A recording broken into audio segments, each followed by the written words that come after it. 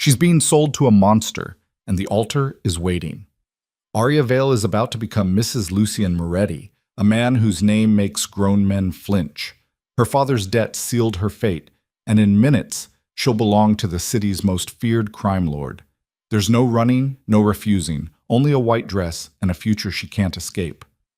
One kiss will bind her to darkness. One vow will lock the cage. This is her wedding day, and it might be the last choice she ever makes. Stay until the end to see if she survives, and drop a comment with your city so I can see how far this story travels. The dress was too tight.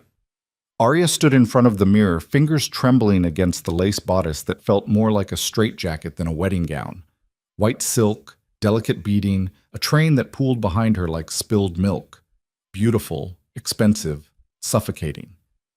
Her reflection stared back, pale skin, dark eyes rimmed with exhaustion, lips pressed into a thin line. She looked like a ghost. Maybe she was already dead and just didn't know it yet.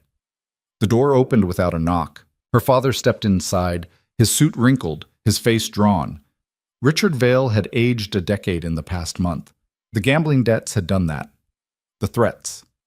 The men who came to their house in the middle of the night with voices like gravel and eyes like wolves. "You look beautiful," he said quietly. Arya didn't turn around. "Don't." Arya bites. "I said don't." Her voice cracked despite her best effort. "You don't get to do this. Stand there and pretend this is normal. That you didn't just sell me to pay off your mistakes." Richard flinched, and for a moment she almost felt sorry for him. Almost. Then she remembered why she was wearing white, why there was a car waiting downstairs, why her hands wouldn't stop shaking. "It was the only way," he said, his voice thick. "You don't understand what these people are capable of. So you gave me to one of them instead." She finally looked at him, and the devastation in his eyes didn't move her the way it once would have. "You gave me to him. To Lucian Moretti." The name hung in the air like smoke. Even saying it felt dangerous. Richard stepped closer, hands outstretched as if he might touch her shoulder, offer comfort. She stepped back. He stopped. "He promised he'd take care of you," Richard tried. He said he'd forgive your debt if I married him. That's what he said." Arya's laugh was bitter, sharp enough to cut. "And you believed him because you were desperate, because you had no other options, because you're a coward." The words landed like slaps. Richard's face crumpled, but Arya felt nothing. No satisfaction, no guilt, just emptiness. "I had no choice," he whispered. "You always have a choice. You just made the easy one." She turned back to the mirror, adjusting the veil that some stranger had pinned into her hair. "Now get out. I need a minute." "Arya, get out." He left. The door clicked shut and Arya was alone with her reflection again. She pressed her palms flat against the vanity, breathing through her nose, counting to 10. She would not cry. She would not fall apart. She would walk out of this room, down the stairs, into that car. She would stand at an altar in front of people she didn't know and marry a man whose reputation was built on fear and violence. She would survive this. She had to. The church was small, private, tucked away in a part of the city Arya had never seen before. High stone walls, stained glass windows filtering colored light across polished pews. There were maybe 30 people inside. She didn't recognize any of them. Hard faces, expensive suits, women with sharp eyes and sharper smiles. This wasn't a wedding, it was a transaction, a business merger. And she was the commodity being traded. The organist started playing, some classical piece she didn't know the name of. Her father offered his arm. She took it because refusing would only delay the inevitable. They walked down the aisle together, her heels clicking against marble, the train of her dress whispering behind her. And at the end of the aisle, Lucian Moretti waited. Arya had seen him once before, the night he came to their house. The night her father sat across from him at their dining room table and signed away her future. She'd watched from the stairs, hidden in shadow, as the two men shook hands. Lucian hadn't smiled, hadn't spoken much at all. He'd simply nodded, stood, and left. She remembered the way he moved, controlled, deliberate, like every gesture was calculated. She remembered his eyes, cold, black, unreadable. He looked the same now. Tall, broad-shouldered, wearing a black suit that probably cost more than her father's car. His dark hair was combed back, his jaw sharp enough to cut glass. Handsome, she supposed, in the way a blade was handsome. Dangerous, precise. He didn't smile when she reached him. Richard placed her hand in Lucien's. His palm was warm, his grip firm. Not rough, but unyielding. Arya met his gaze and saw nothing. No warmth, no cruelty. Just ice. The priest began speaking. Latin, maybe. She wasn't sure. The words blurred together, meaningless. She heard herself repeat vows she didn't believe in. Heard Lucien do the same, his voice low and steady, devoid of emotion. You may kiss the bride. Lucien's hand came up to cup her jaw, his thumb brushing just beneath her chin. He tilted her face upward, and for a heartbeat she thought she saw something flicker in his expression, something almost human. Then his mouth was on hers, firm and claiming, and the moment was gone.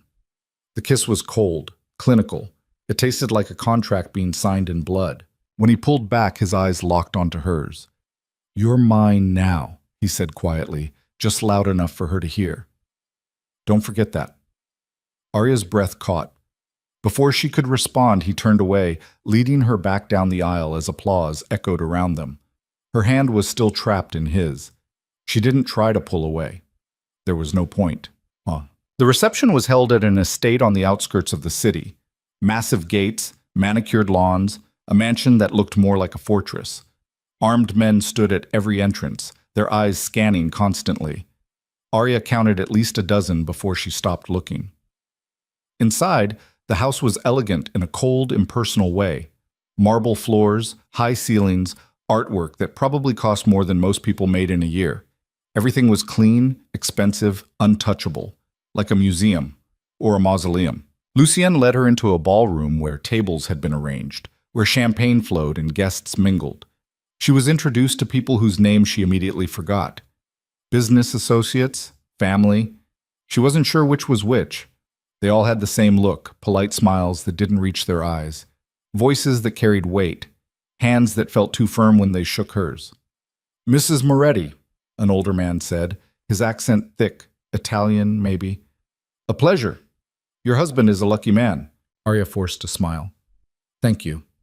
Lucien's hand settled on the small of her back, possessive. Enough, he said to the man, not rude, but final. The man nodded and moved away. You don't have to do that, Arya said quietly. Do what? Pretend to care what they think of me. Lucien's gaze slid to hers. I'm not pretending. He leaned in slightly, his breath warm against her ear. Every person in this room is watching you, judging, measuring. You're my wife now. That means you represent me. Act accordingly. And if I don't?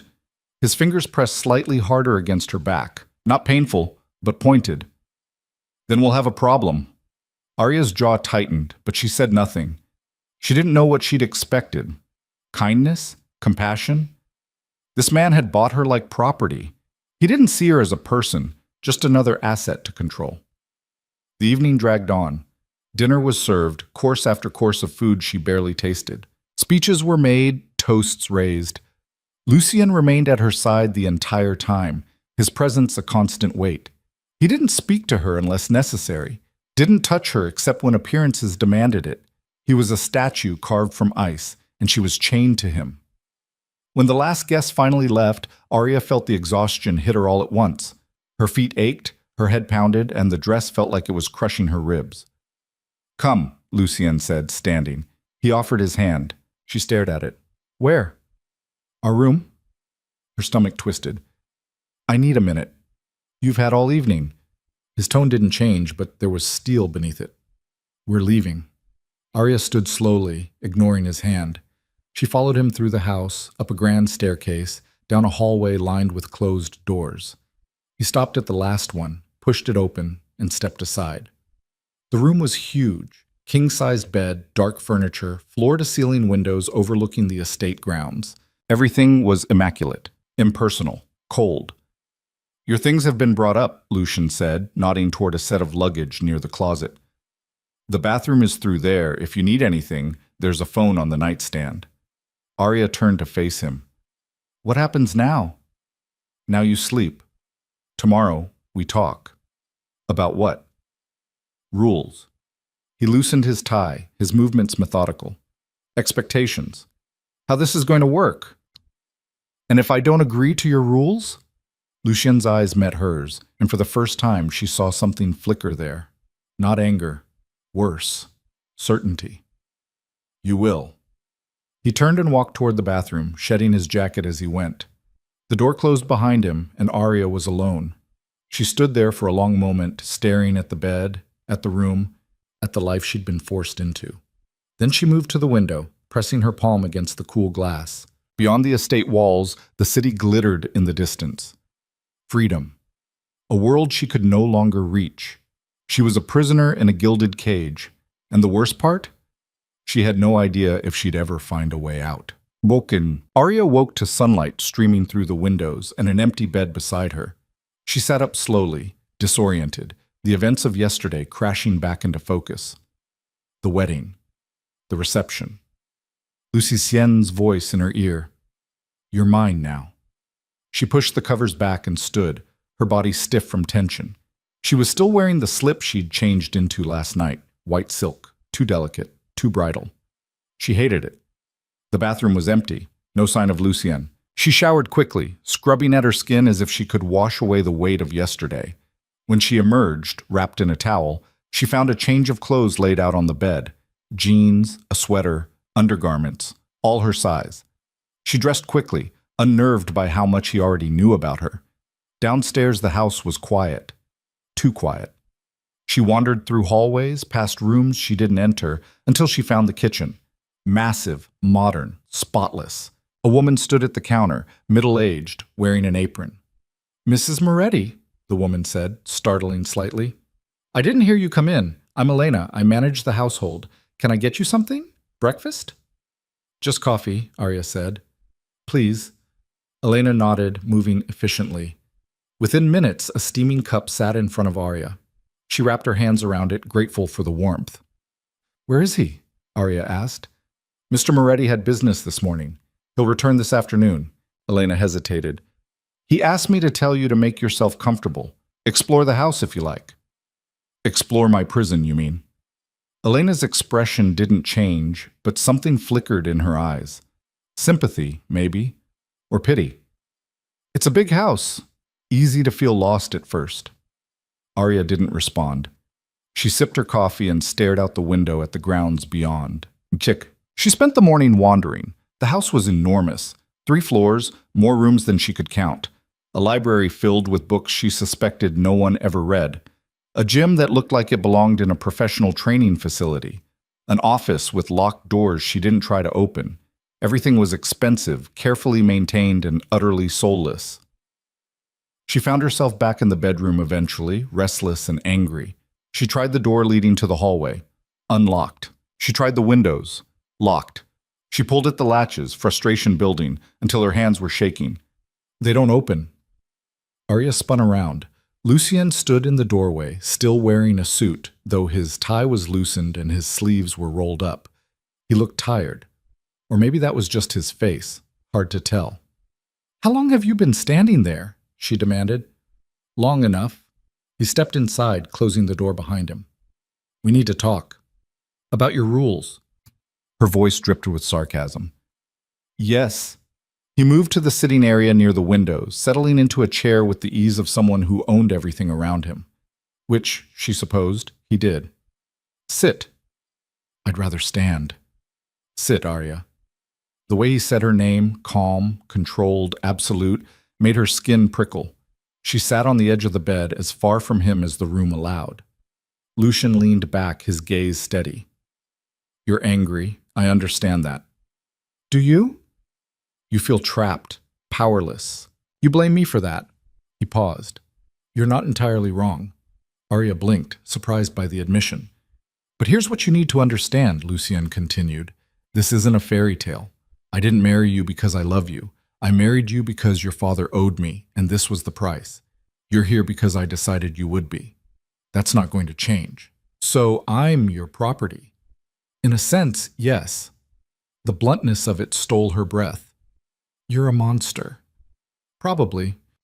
He didn't seem bothered by the accusation. But I'm the monster keeping you alive. Your father's debts weren't just with me. There are people who would have hurt you badly if I hadn't intervened. This arrangement protects you. Protects me? Arya laughed, sharp and bitter. You locked me in a cage and called it protection. The world I live in doesn't care about your comfort, Arya. It cares about power, control. You're safer here than you would be anywhere else. I don't believe you. You don't have to. Lucian stood, moving toward her with slow, measured steps. But you will follow my rules. You will not leave this property without my permission. You will not contact anyone from your old life.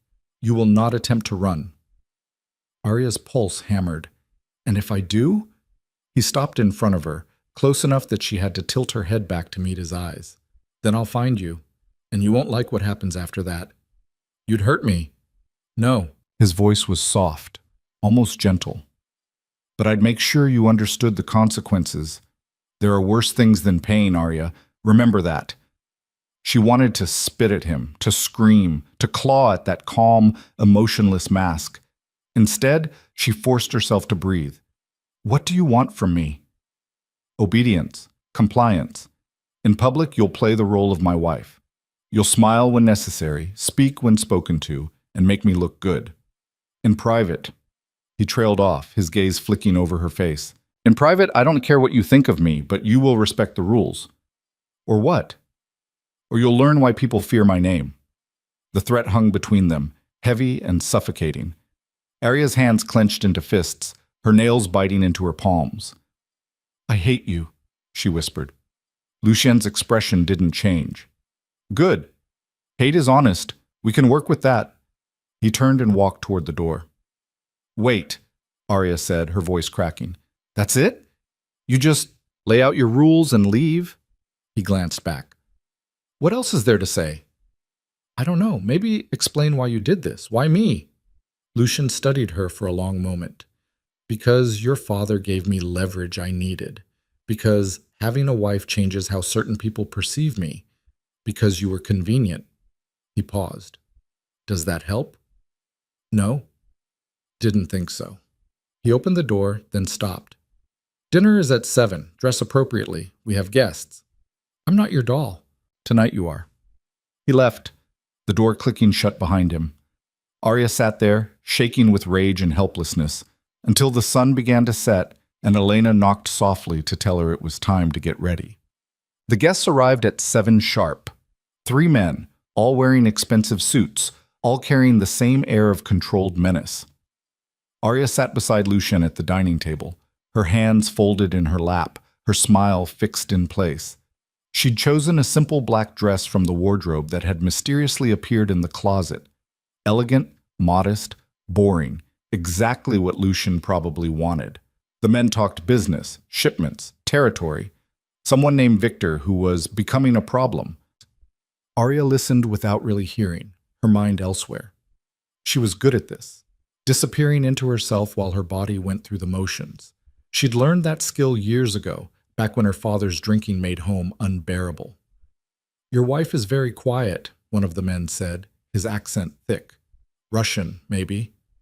He smiled at her, but it didn't reach his eyes. Shy? Observant, Lucian said smoothly. She knows when to speak and when to listen. A rare quality. The man raised his glass. You chose well, Moretti. Lucien's hand found hers beneath the table, his fingers curling around hers. A warning or a reassurance. She couldn't tell. I always do. The conversation moved on. Arya endured it, course after course, glass after glass of wine she barely touched. By the time dessert was served, her jaw ached from holding her smile. When the men finally left, Lucien walked them to the door. Arya stayed at the table, staring at her untouched plate. You did well tonight, Lucian said when he returned. Arya didn't look at him. I'm so glad I met your standards. Don't be petulant, it doesn't suit you. And playing dress-up for your business partners does? Lucian moved around the table, stopping beside her chair. You're angry again. I'm always angry, you just don't care. I care more than you think. He reached down, tilting her chin up with one finger. But anger won't save you, Arya. Compliance will. She jerked her face away. Don't touch me. I'm your husband. I'll touch you when I want. This isn't a real marriage. It's real enough. His voice dropped, softer, but no less commanding. Go upstairs. Get some rest. Tomorrow will be easier. Easier for who? For both of us. He walked away, leaving her alone in the dining room. Arya sat there until the candles burned low, until Elena appeared to clear the table, until the house fell silent around her. Then she went upstairs, climbed into the massive bed, and stared at the ceiling until exhaustion finally pulled her under. The days blurred together. Breakfast alone. Afternoons spent wandering the house or sitting in the library with books she couldn't focus on. Dinners where Lucien appeared asked her how her day was in a tone that suggested he didn't actually care, and then disappeared again into his office. She learned the rhythms of the house. Elena arrived at 6 every morning. 2 guards rotated shifts at the front gate. Lucien left early, returned late. He slept in the same bed but never touched her, staying on his side as if an invisible line divided them. Arya tested boundaries. She tried the gates. Locked. She asked Elena about the nearest town, 20 miles, too far to walk. She searched for car keys, found none. Every escape route led nowhere. On the 5th day, she tried to run anyway. It was stupid, impulsive, born of desperation. She waited until Lucien left, slipped out a side door and sprinted across the grounds toward the tree line beyond the walls. She made it maybe 100 yards before hands grabbed her from behind, yanking her to a stop. Mrs. Moretti, the guard's voice was flat. You need to come back inside. Let go of me. I can't do that. She fought, kicking and twisting, but he was twice her size and trained for this. He hauled her back toward the house, ignoring her screams, her curses, her desperate attempts to break free. By the time they reached the front door, Lucien was waiting. His expression was unreadable, cold, controlled, terrifying in its calm. Inside, he said quietly. The guard released her. Arya stumbled, catching herself against the doorframe. She expected yelling, violence, something. Instead, Lucien turned and walked inside. Follow me. She didn't move. He glanced back. Now, Arya. Something in his voice made her legs move. She followed him through the house, up the stairs, into the bedroom. He closed the door behind them and locked it. Sit, he said. No. Sit. Down. This time she obeyed, sinking onto the edge of the bed, her heart hammered, her breath coming too fast. Lucien stood in front of her, hands in his pockets, his gaze boring into her. What did I tell you? Not to run. And what did you do? I tried. Yes, you tried. He crouched in front of her, bringing them eye level. Do you know what happens to people who run from me, Arya? She swallowed hard. You find them. Always. His voice was soft, almost gentle. And then I make sure they never run again. Are you going to hurt me? No. He reached up, brushing a strand of hair from her face. The gesture was oddly tender, completely at odds with the steel in his eyes. But you need to understand something. You belong to me, not in some abstract way. Actually, completely. The sooner you accept that, the easier this will be. I'll never accept it. Then you'll keep suffering. He stood, moving toward the door.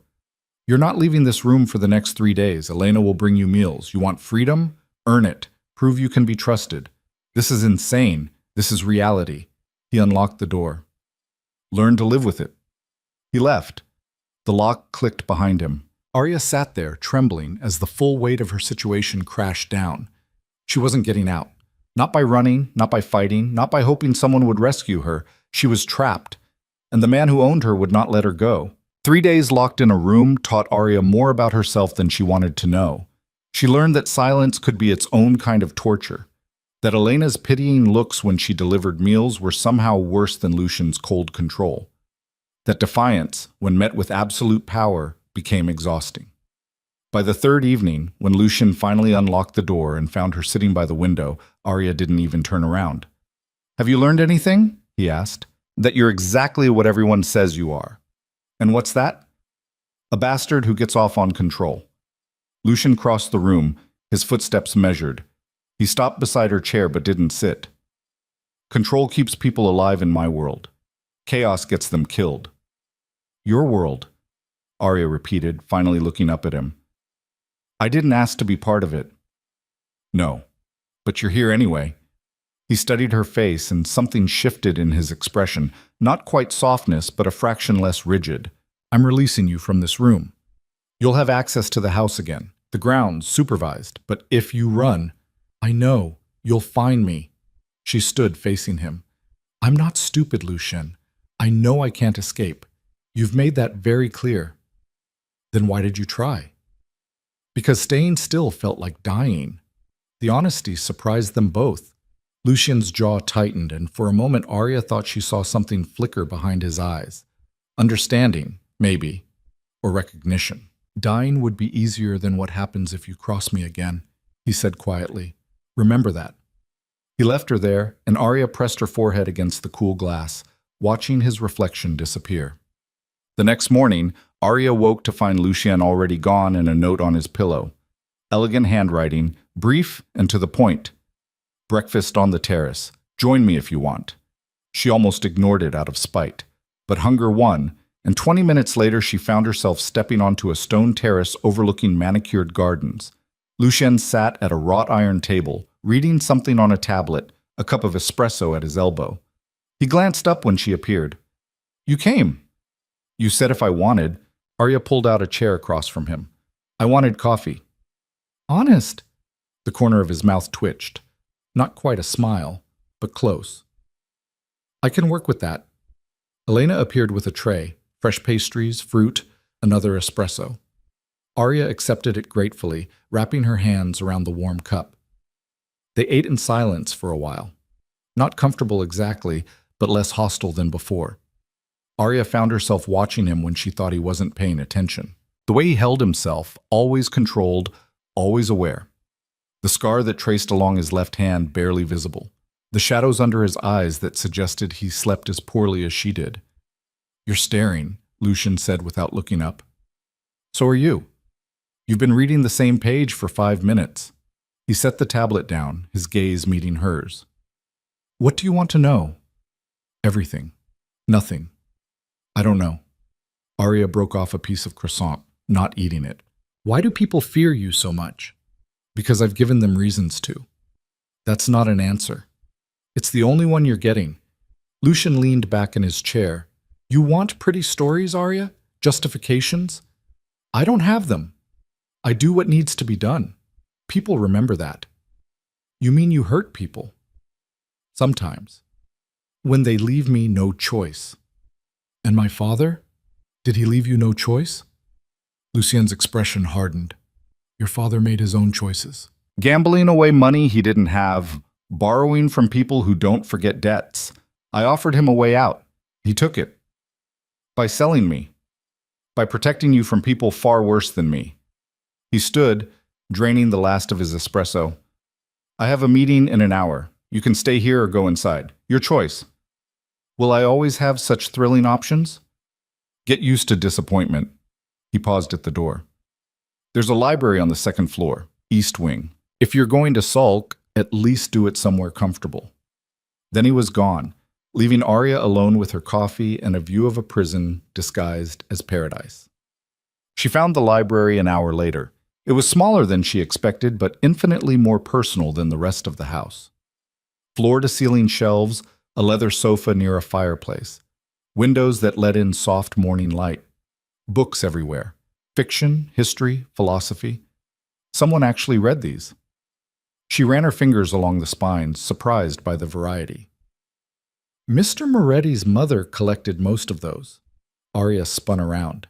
Elena stood in the doorway, a basket of cleaning supplies in her hands. I didn't know he had a mother, Arya said, then immediately felt stupid. I mean, everyone has a mother. Elena's smile was sad. His died when he was young. She loved books. He keeps this room exactly as she left it. Arya looked around with new eyes. The personal touches suddenly made sense. A bookmark still wedged in a worn copy of Tolstoy. A reading lamp positioned just so. A knitted blanket draped over the sofa's arm. He never comes in here, Elena continued. Says it's a waste of space, but he won't let anyone change it either. Why are you telling me this? Elena set her basket down, her expression careful. Because you look at him like he's a monster. And maybe he is. But monsters are made, Mrs. Moretti, not born. That doesn't excuse what he's done, what he's doing. No, but it might help you understand it. Elena picked up her basket. There's tea in the kitchen if you want it. Just ask. She left Arya alone with ghosts and books and the uncomfortable realization that the man who owned her might be more complicated than she wanted to believe. Days passed. Arya fell into a routine that felt less like living and more like existing. Mornings on the terrace when Lucian was there, which wasn't often. Afternoons in the library or wandering the grounds with a guard, trailing 20 feet behind. Evenings alone unless Lucian had guests, in which case she played her role. Smile, speak when spoken to, pretend everything was fine. She learned things about him in fragments. He drank his coffee black, worked late into the night, his office light visible from the bedroom window, took calls at odd hours in languages she didn't understand, never raised his voice even when the conversation sounded tense. And he never touched her, not since that first kiss at the altar. He slept on his side of the bed, woke before her, and was gone before she could pretend to still be asleep. It should have been a relief. Instead, it felt like another kind of rejection, like she wasn't even worth his attention beyond the role she played. 2 weeks into her captivity, she refused to call it marriage. Everything changed. It started with a phone call. Arya was in the library, curled up with a novel she wasn't really reading, when she heard raised voices from downstairs. Lucien's office was directly below. The floors were thick, the house well insulated, but anger carried. She shouldn't have listened, should have stayed put, minded her own business. Instead, she set the book down and moved to the door, pressing her ear against it. I don't care what Victor thinks he's owed, Lucien's voice sharp with restrained fury. He crossed a line. You tell him if he comes near my territory again, I'll personally... A pause. Someone speaking on the other end. No, absolutely not. We settled this last year. Another pause, longer this time. Then he's chosen war. So be it. The call ended. Silence. Then the sound of something heavy hitting a wall. Arya flinched, stepping back from the door. When Lucien appeared at dinner that night, his knuckles were bruised, and there was a coldness in his eyes she hadn't seen before. He barely looked at her, eating mechanically, his mind clearly elsewhere. What happened? Arya asked, surprising herself. Nothing that concerns you. You look like you punched a wall. I did. He set his fork down. Drop it, Arya. Why? I'm your wife, remember? Part of your world now, whether I like it or not. Lucien's gaze snapped to hers. You want to know what happened? Fine. Someone I used to do business with decided our agreement didn't matter anymore. He's making moves into territory I control, threatening people under my protection. So now I have to decide whether to negotiate or eliminate the problem. Eliminate? You mean kill? I mean remove the threat, however necessary. Arya's stomach turned. You talk about it like it's nothing. Because to me, it is. He stood, his chair scraping against the floor. You want to live in fantasy where people settle disputes with conversations and handshakes? That's not the world I'm in. That's not the world you're in anymore. I didn't ask for this world. And yet here you are. He moved toward the door, then stopped. There's going to be a meeting here tomorrow night. Important people, dangerous people. You'll be present. You'll be perfect. Understand? And if I'm not, then they'll see weakness, and weakness gets exploited. His voice dropped. I won't let that happen. He left. Arya sat alone at the table, her appetite gone, her mind spinning. The next evening, Arya dressed carefully. A navy dress, elegant but not flashy. Hair pulled back, minimal jewelry. She looked at herself in the mirror and barely recognized the woman staring back. Polished, controlled, empty. The guests arrived at 8. 5 men this time, all radiating the same predatory energy. They gathered in Lucien's study, a room Arya had never been allowed to enter. Tonight she followed Lucien inside and understood why. The space was all dark wood and leather, maps on the walls marked with pins and notes, a desk covered in papers she couldn't read from her position by the door. This wasn't just an office, it was a war room. Lucien gestured to a chair in the corner. Sit. Don't speak unless spoken to. Arya obeyed, feeling the weight of 5 pairs of eyes assessing her. One of the men smiled, but it was the kind of smile that made her skin crawl. So this is the wife, he said, his accent thick, Eastern European. Pretty, quiet. Good choice, Moretti. Can we focus? Lucian's tone was ice. Victor's moving product through the east side. My sources say he's meeting with the Colombians next week. Then we hit him before the meeting, another man said, older, gray-haired with scars on his hands. Send a message. Too obvious. Victor's expecting that. Lucien leaned against his desk, arms crossed. We need leverage, something he values more than territory. His brother, the smiling man suggested. Word is Victor's got him stashed in a safe house upstate. Too far, and kidnapping family members opens doors we don't want opened. Lucien's gaze flicked to Arya just for a second before returning to the group.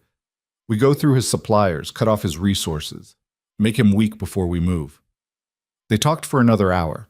Strategy, logistics, contingencies. Arya listened, horrified and fascinated in equal measure. These men discuss violence the way other people discuss business deals. Casual, clinical, necessary. When the meeting finally ended and the men filed out, Lucien walked them to the door. Arya stayed in the study, staring at the maps, the pins, the careful organization of chaos. You handled that well, Lucien said when he returned. Arya didn't look at him. You're planning to destroy someone's life. I'm protecting what's mine by hurting other people, by doing what needs to be done. He moved closer, and she could feel the heat of him at her back. You think I like this? You think I enjoy the constant maneuvering, the threats, the weight of knowing one wrong move could get people killed? Then why do it? Because someone has to. Because the alternative is chaos. His voice softened just slightly. You see a monster. I see someone trying to maintain order in a world that doesn't want it. Arya turned to face him. That's a convenient way to justify... She didn't get to finish. The window shattered behind her, glass exploding inward. Lucien moved before her brain could process what was happening, his body slamming into hers, driving her to the ground as something whistled overhead. Gunfire. Actual gunfire. They hit the floor hard, Lucien covering her with his weight. More shots, rapid and close. Shouts from outside. The sound of guards returning fire. Stay down, Lucien ordered, his voice deadly calm despite the chaos. He pulled a gun from somewhere, his jacket maybe, and moved toward the shattered window in a crouch. Arya's ears rang. Her heart hammered so hard she thought it might break through her ribs. She pressed herself flat against the floor, glass cutting into her palms. The shooting stopped as suddenly as it started. Silence, heavy and ringing. Then voices. Lucien's guards shouting all clear. Lucien turned back to her. Are you hurt? Arya couldn't speak, could barely breathe. She shook her head. You're bleeding. He holstered the gun and dropped to his knees beside her, taking her hands. Blood welled from a dozen small cuts where the glass had embedded. Come on, let's get you out of here. He pulled her to her feet, one arm around her waist, supporting her weight as her legs threatened to give out. They moved through the house quickly, past guards securing the perimeter, up the stairs, into the bedroom. Lucien locked the door behind them and guided her to the bathroom. Sit. She sat on the edge of the tub, shaking violently now that the adrenaline was crashing. Lucien knelt in front of her, a first aid kit appearing from under the sink. He worked in silence, removing glass shards with tweezers, cleaning the wounds with antiseptic that stung but she barely felt. Who was that? Arya managed. Victor, sending a message of his own. Lucien's jaw was tight, his movements precise. He's escalating faster than I expected. They could have killed us. They weren't aiming for us, just trying to rattle me. He wrapped gauze around her palms, his touch surprisingly gentle. It worked. Arya stared at him. You're rattled? You could have been hit. That glass. He stopped, his hand stilling on hers. I should have seen this coming, should have had better security. This isn't your fault. Everything that happens in this house is my fault. He finished bandaging her hands and stood, putting distance between them. You should rest. I'll sleep in another room tonight. Why? Because you just got shot at because of me. You don't need me hovering. Wait. Arya stood, her legs steadier now. Earlier, when you covered me, you could have been hit. That's my job, protecting you. Your job, she repeated slowly. That's all I am? A job? Lucian's expression closed off. What do you want me to say, Arya? I don't know. Maybe that you gave a damn whether I lived or died. Of course I give a damn. You're my wife. On paper. In every way that matters in my world. He moved toward the door. Get some sleep. Tomorrow we'll increase security. This won't happen again. Lucien, I said get some sleep. He left, the door closing with a finality that felt like a wall going up. Arya stood there, bandaged hands throbbing, her mind reeling from everything that had just happened. She'd been shot at. Lucien had thrown himself between her and danger without hesitation, and beneath all his control, she'd seen something crack. Fear. Not for himself. For her. She climbed into bed, staring at the ceiling, and for the first time since this nightmare began, she wondered if the monster she'd married might actually be human after all. The next morning, the house was transformed. Guards everywhere, new cameras, reinforced windows. Lucian was gone before she woke, but Elena brought breakfast and news. Mr. Moretti wants you to stay inside today. No grounds, no terrace. I'm a prisoner again. You're being protected. Elena set the tray down. 2 men tried to breach the perimeter last night. The guards stopped them, but Mr. Moretti isn't taking chances. Arya's stomach dropped. Is he okay? He's fine. Angry, but fine. Elena hesitated. He cares about you, you know. More than he probably should. He has a strange way of showing it. He's had a strange life, Mrs. Moretti. Not many people survive what he's survived. Arya wanted to ask what that meant, but Elena was already leaving. She spent the morning alone, restless and anxious. Every sound made her jump. Every shadow felt like a threat. By afternoon, she'd had enough. She left the bedroom, wandered the halls, and found herself outside Lucien's office. The door was closed, but she could hear his voice inside. Not angry this time. Tired. I understand the risk, but she stays here. No, I'm not sending her away. That's final. A pause. Because she's safer with me than anywhere else. Yes, I'm sure. Just increase the perimeter and vet everyone who comes through those gates. Another pause. Longer. I know what I'm doing. Shut it down before it escalates further. I'll handle Victor personally if I have to. The call ended. Arya knocked before she could talk herself out of it. Come in. She opened the door. Lucian sat behind his desk, looking more exhausted than she'd ever seen him. Papers everywhere, his jacket discarded, sleeves rolled up. He'd been here all night, she realized, hadn't slept. You should be resting, he said. So should you. She closed the door behind her. I heard what you said. About not sending me away. You were eavesdropping. Your office has thin walls. She moved closer. Why keep me here if it's dangerous? Because sending you somewhere else would make you a target. Here, I can control the variables. Protect you. He ran a hand through his hair, a rare gesture of frustration. Out there, you're vulnerable. And you care about that. His eyes met hers. Yes. The simple admission hung between them. No deflection, no walls, just honesty. I don't understand you, Arya said quietly. You lock me up, make rules, treat me like property, but then you throw yourself in front of bullets for me. Those things aren't mutually exclusive. They should be. Maybe in your world, not in mine. Lucien stood, rounding the desk. You're here because I forced you to be, but you're also here because I won't let anyone hurt you. Both can be true. Arya wanted to argue, to push back, but exhaustion and confusion overwhelmed her. I'm tired of being angry at you. Then stop. It's not that simple. Why not? He stopped in front of her, close enough that she had to tilt her head back. You're stuck here either way. You can hate me and be miserable, or you can accept this and find a way to live with it. Live with being your prisoner. Live with being my wife. His hand came up, cupping her jaw.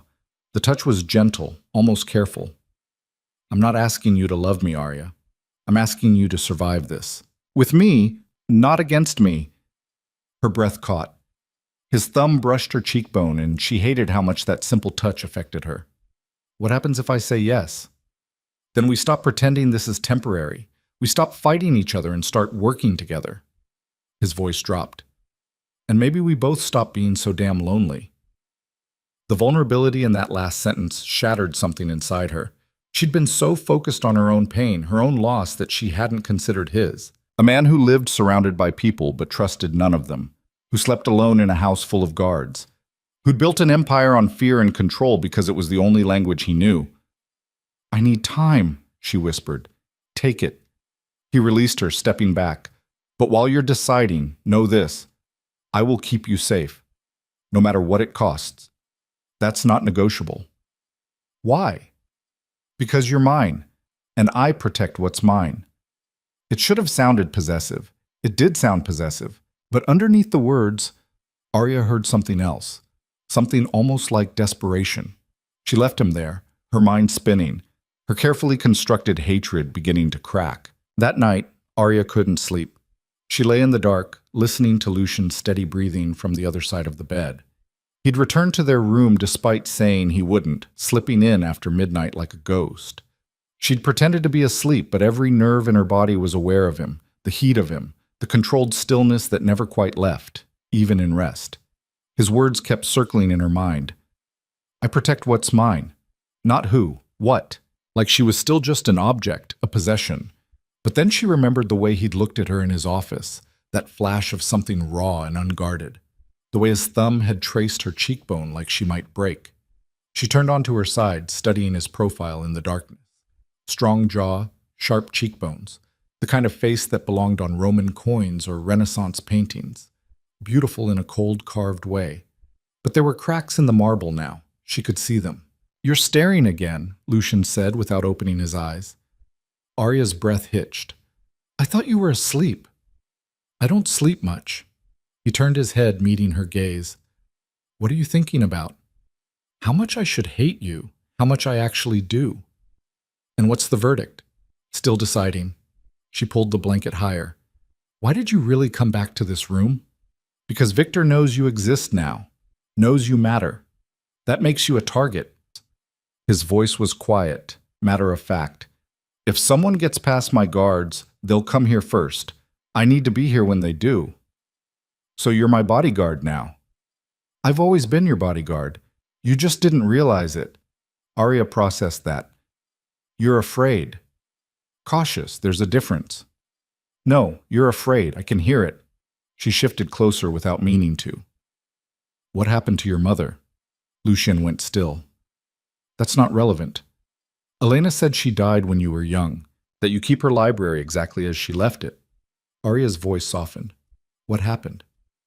For a long moment she thought he wouldn't answer. Then his jaw tightened and words came out like they were being pulled from somewhere deep and painful. She was killed. I was 12. They made it look like a robbery, but it wasn't. It was a message to my father. He stared at the ceiling. He was in deep with people he couldn't control. They wanted him to remember his place, so they took the person he loved most. Arya's chest constricted. I'm sorry. Don't be. It was a long time ago. But his voice carried weight that suggested time hadn't dulled anything. My father never recovered. He became reckless, desperate, got himself killed 2 years later. Left me with nothing but debts and enemies. You were 14. 14 and very aware that weakness gets you killed. So I learned not to be weak. He finally looked at her. I learned to be what this world required, controlled, ruthless, untouchable. Lonely, Arya added quietly. Lucian's expression flickered. That too. They lay there in the darkness, the space between them somehow smaller than before. Arya felt something shift in her chest, a loosening of the tight knot of anger she'd been carrying. He was still a bastard, still the man who'd forced her into this life. But he was also a boy who'd watched his mother die and learned that love was a liability. I won't let that happen to you, Lucian said suddenly. Whatever Victor's planning, whatever comes next, you'll be protected. I swear it. Why does it matter so much? Because I've already failed to protect too many people. His hand found hers beneath the covers, his fingers threading through hers carefully, avoiding the bandages. I won't add you to that list. Arya's throat tightened. She should pull away, should maintain the distance, the walls. Instead, she held on. They fell asleep like that, hands linked in the dark. Two people who didn't trust each other, learning what it felt like to try. Well, the next week passed in strange suspension. Victor's attacks stopped, but the tension didn't ease. If anything, it got worse. Lucienne disappeared for hours at a time, returning with tight shoulders and darker moods. Guards doubled, then tripled. Every car that passed the estate was tracked, every delivery inspected. Arya found herself watching for him, listening for his footsteps. When he was gone, the house felt too empty, too quiet. When he returned, something in her chest loosened, and she hated that she felt relief. They started having dinner together. Not every night, but often enough that it became routine. He'd ask about her day, and she'd tell him about the books she read, the gardens she walked. He'd talk about business in vague terms, carefully editing out the violence, but letting her glimpse the strategy. The chess game he was playing with people's lives. "Victor's gone quiet," Lucienne said one evening, cutting into a steak with precise movements. "That worries me more than the attacks did. Maybe he gave up." "Men like Victor don't give up. They regroup." He set his fork down. "Something's coming. I can feel it." "Your instincts are that good?" "They've kept me alive this long." He studied her across the table. "You look different." "Different how?" "Less like you want to stab me with your dinner knife." Arya glanced at the knife in question. "The night's still young." His mouth twitched, almost a smile. "There she is." "Who?" "The fighter. I was wondering when she'd come back." He leaned back in his chair. "You've been too quiet lately, compliant. It doesn't suit you. Maybe I'm learning to pick my battles. Or maybe you're planning something." His eyes glinted. "Are you planning something, Arya? If I was, would I tell you?" "Probably not, but I'd find out anyway." He stood, moving around the table with that predatory grace that made her pulse kick. He stopped behind her chair, close enough that she could feel the heat of him. "I'm not your enemy. You're the man who bought me. I'm the man keeping you alive." His hand settled on her shoulder, thumb brushing the exposed skin at the base of her neck. "There's a difference." Arya's breath caught. "Don't." "Don't what?" "Touch me like that, like you have the right." "I'm your husband. I have every right." But his hand lifted anyway, retreating. "Though I won't. Not unless you ask." "I'll never ask." "Never's a long time." He moved away, and she hated the loss of warmth. "I have calls to make. Don't wait up." He left her sitting there, skin tingling where he'd touched her, confusion and anger warring in her chest. The breaking point came 3 days later. Arya was in the library, curled up with a book she wasn't reading, when shouting erupted from downstairs. Not Lucienne's voice, someone else's. Panicked, urgent. She set the book down and moved to the door, heart hammering. The shouting grew louder, multiple voices now, all talking over each other. Then Lucienne's voice cut through, sharp as a blade. "Where?" "The East Warehouse. They hit it 20 minutes ago. Burned everything." "Casualties?" 3 dead, 5 injured. They knew exactly when the shipment was arriving." Silence. Then Lucienne, his voice so cold it made Arya's blood freeze. "Someone talked. Find out who, and bring Victor's brother to me. Now." "Lucien, if we grab his brother, I said now." Footsteps. Doors slamming, then quiet. Arya stood frozen in the hallway, her mind reeling. 3 dead. Victor's brother. This was escalating into something she couldn't ignore, couldn't pretend wasn't real. She found Lucien in his study, standing at the window, hands braced against the frame. His shoulders were rigid, his entire body coiled like a spring about to snap. "You shouldn't be here," he said without turning around. "I heard what happened." "Then you know this isn't the time. You're going to kidnap his brother. I'm going to do what's necessary to end this." He turned, and the look on his face made her step back. This wasn't the controlled man she'd grown used to. This was something raw and dangerous. "Victor killed 3 of my people, burned a warehouse worth millions. He's pushing for war, so I'm giving him one." by stooping to his level. There is no high ground in my world, Arya. There's only survival. He moved toward her, and she held her ground even though every instinct screamed to run. You want to judge me? Fine. But do it from the safety I've provided. Do it from behind walls I've built and guards I've paid for. I didn't ask for any of this. No, you asked for nothing. You wanted your quiet life, your normal existence. Well, that's gone. This is your life now. Blood and violence and hard choices. He stopped inches from her, his voice dropping. You can hate me for it, but you can't change it. I'm not asking you to change it. I'm asking you not to become the thing you're fighting. I became that thing a long time ago. He turned away. Go back upstairs. Lock the door. Don't come out until I tell you. Lucien, go, now. The finality in his voice left no room for argument. Arya fled, her hands shaking, her mind screaming that everything was about to get so much worse. She spent the next 6 hours locked in the bedroom, pacing like a caged animal. Night fell. The house stayed quiet, but it was the kind of quiet that preceded storms. Oppressive. Suffocating. Around midnight, she heard cars arriving, doors slamming, voices, muffled but tense. She pressed her ear to the door but couldn't make out words. Just the low rumble of men talking, arguing maybe. Then a scream, short, cut off almost immediately but unmistakable. Arya's blood ran cold. She backed away from the door, her pulse thundering in her ears. Whatever was happening downstairs, it was exactly what she'd feared. Lucien had crossed a line and there was no going back. She didn't know how much time passed. Could have been minutes, could have been hours. Eventually, she heard footsteps in the hallway. Heavy, tired. The door unlocked. Lucien stepped inside and locked it behind him. His shirt was untucked, sleeves rolled up, and there was blood on his hands. Not a lot, but enough. He looked exhausted, hollow. Is he dead? Arya whispered. No, but he wishes he was. Lucien moved to the bathroom, turning on the sink. Water ran. Victor will get the message. He'll back off or he'll escalate. Either way, we'll know soon. You tortured him. I questioned him, aggressively. He scrubbed his hands, the water running pink. He'll live. Can't say the same for the man who sold us out.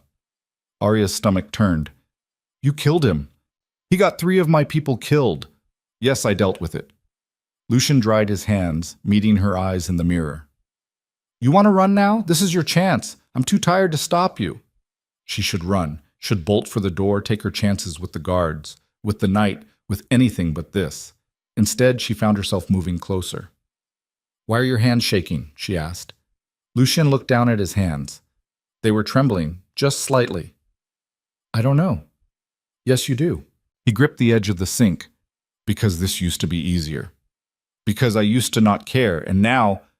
He stopped, his jaw working. Now what? Now you're here, and you look at me like I'm a monster, and I hate that it matters. He turned, leaning back against the sink. I hate that I care what you think, that I want you to see something in me besides this. Arya's breath caught.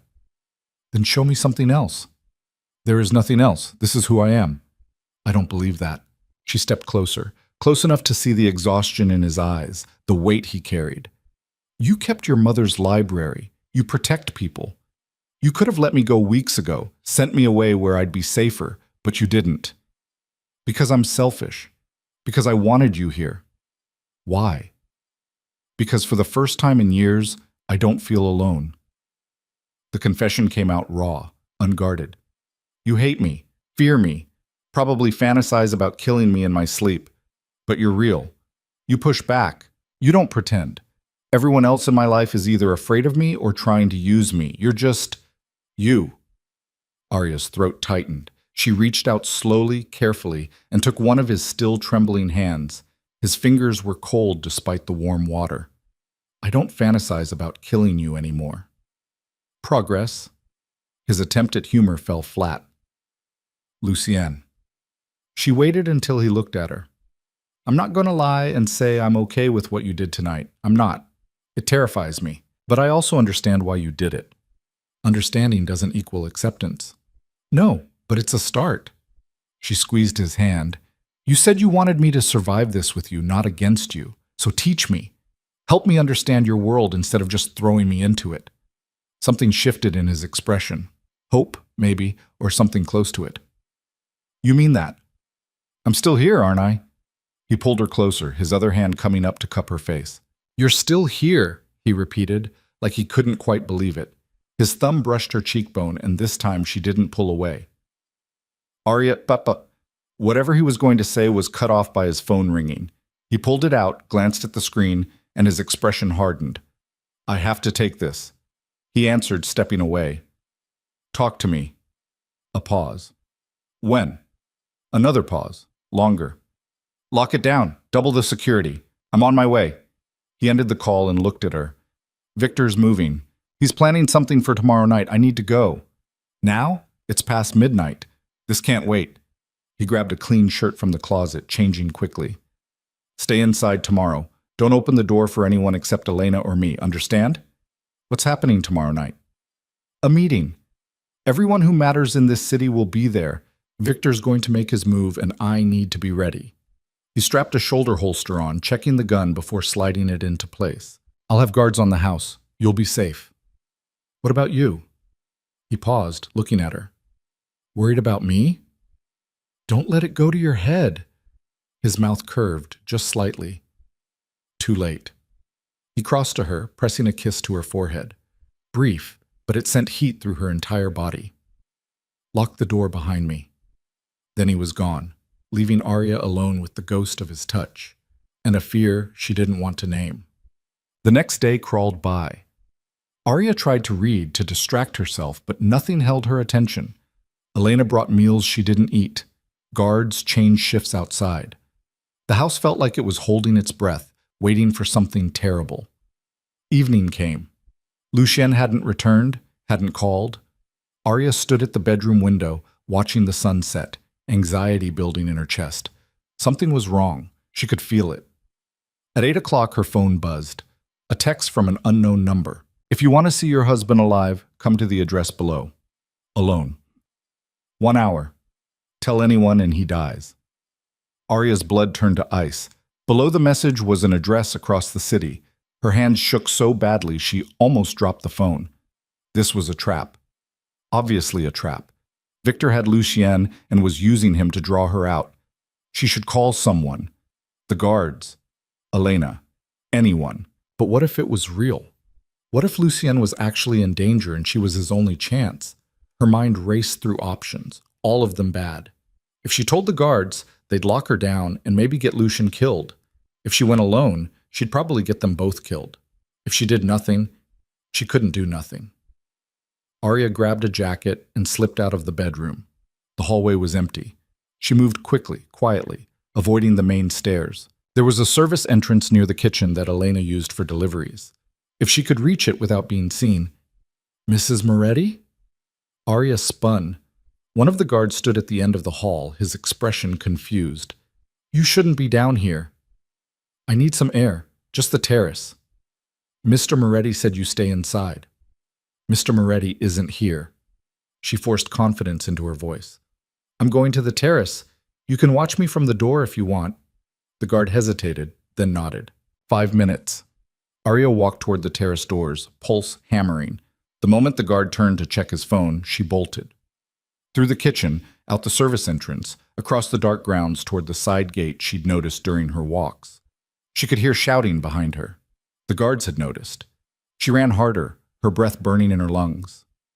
The gate was locked, but it was old, decorative. She climbed, her hands screaming in protest as the bandages tore, and dropped to the other side just as flashlight beams swept the area. She ran into the night, into the city, toward an address that would either save Lucien or destroy them both. The building was abandoned, warehouse district, all broken windows and rusted metal. Arya approached slowly, every survival instinct screaming at her to run the other way. But the image of Lucien hurt, alone, waiting for help kept her moving forward. She pushed through a side door. Inside was darkness, the smell of old concrete and decay. Hello? Lights flooded on, blinding her. Arya threw up a hand, squinting. As her eyes adjusted, she saw them. Men, at least a dozen, all armed. And in the center, tied to a chair, was Lucien.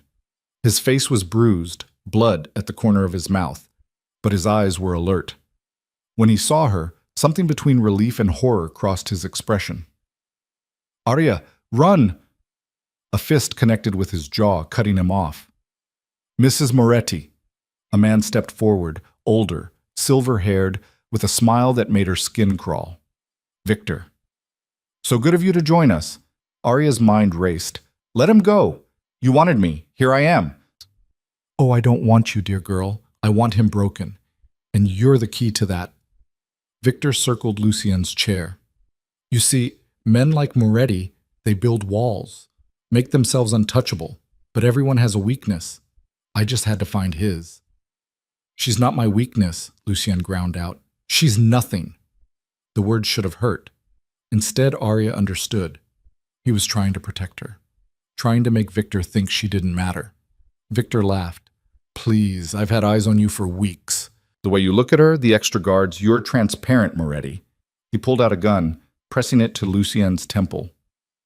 "Here's how this works. I kill you in front of her, let her watch. Then I decide what to do with the widow. Maybe sell her, maybe keep her. Either way, your empire crumbles without you, and I take what's mine." "You'll start a war," Lucien said calmly, despite the gun. "Kill me, and every family I'm allied with will come for you. Let them come. I'll be ready." Victor's finger moved to the trigger. "Wait!" Arya's voice cut through the tension. "You want to break him? Then use me. But don't kill him. Make him watch. Make him live with it. That's real power." Victor paused, considering. Lucien's eyes went wide with horror. "Arya, don't—" "She's right," Victor said slowly. "Death is mercy. Living with failure, with shame, that's punishment." He lowered the gun from Lucien's head and pointed it at Arya instead. "Come here, Mrs. Moretti." Arya moved forward on shaking legs. She had no plan, no weapon, no escape. She just knew that if she could keep Victor talking, keep his attention on her, maybe Lucien's people would find them. Maybe there was still a chance. She stopped in front of Victor, meeting his eyes. "If you're going to do this, at least untie him. Let him try to save me. That's real cruelty, isn't it? Letting him fail?" Victor's smile widened. "I like the way you think." He nodded to his men. "Cut him loose." The moment Lucien's hands were free, everything erupted into chaos. Lucien moved like violence given form. The second his hands were free, he drove his elbow into the throat of the man nearest him, grabbed the knife from his belt, and buried it in Victor's gun hand before anyone could blink. Victor screamed, the weapon clattering to the concrete.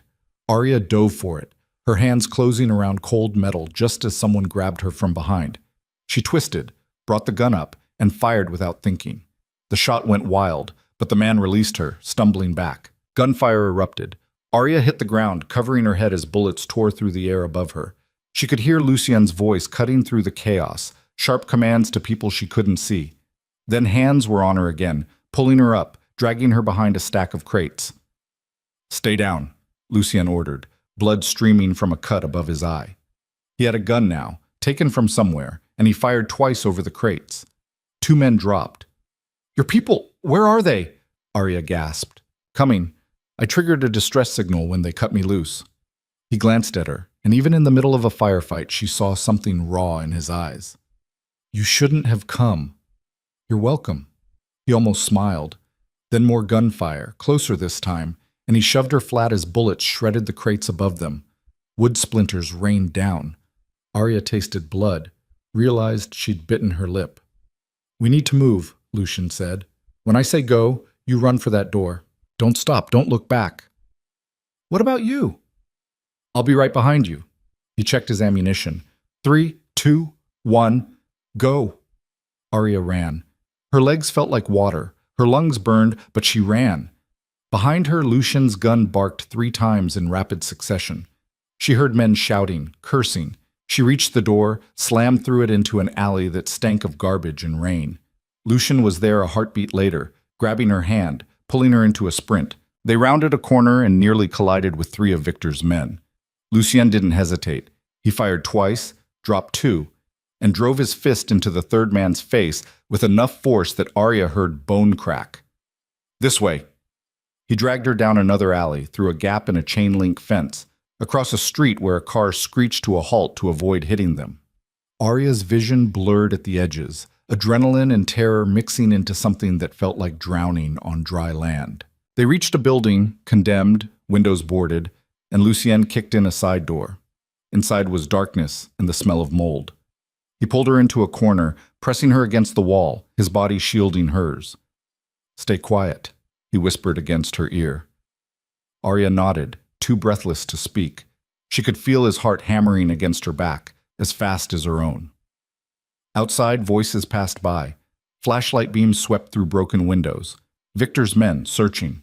Lucian's hand covered her mouth gently when her breathing hitched too loud. She forced herself to slow down, to match his rhythm. In, out. Steady, don't panic. The voices faded, the flashlights moved on. Lucian's hand dropped from her mouth, but he didn't step back. "Are you hurt?" "I don't think so. You?" "Nothing that matters." He finally moved, creating space between them, and pulled out his phone. The screen was cracked but still functional. He typed something, waited, then cursed under his breath. "No signal." "Where are we?" "South Industrial District, maybe 3 miles from the estate." He moved to a window, carefully looking out. "My people will be sweeping the area, but we need to stay put until I can make contact." Arya slid down the wall to sit on the filthy floor, her legs giving out. Adrenaline was crashing, leaving her shaky and cold. "That was insane. That was you being reckless." Lucian crouched in front of her, his expression hard. "You could have been killed. You should have stayed at the estate." "They said they'd kill you if I told anyone." "And you believed them?"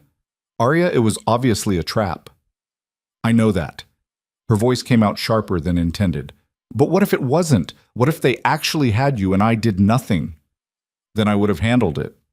"You were tied to a chair with a gun to your head. You weren't handling anything." Luciet's jaw tightened. "I've been in worse situations." "That's supposed to make me feel better?" Arya pushed herself to her feet, anger flooding through the fear. "You're not invincible, Lucian. You bleed. You can die. And I couldn't just sit in that house waiting to find out if tonight was the night someone finally got to you."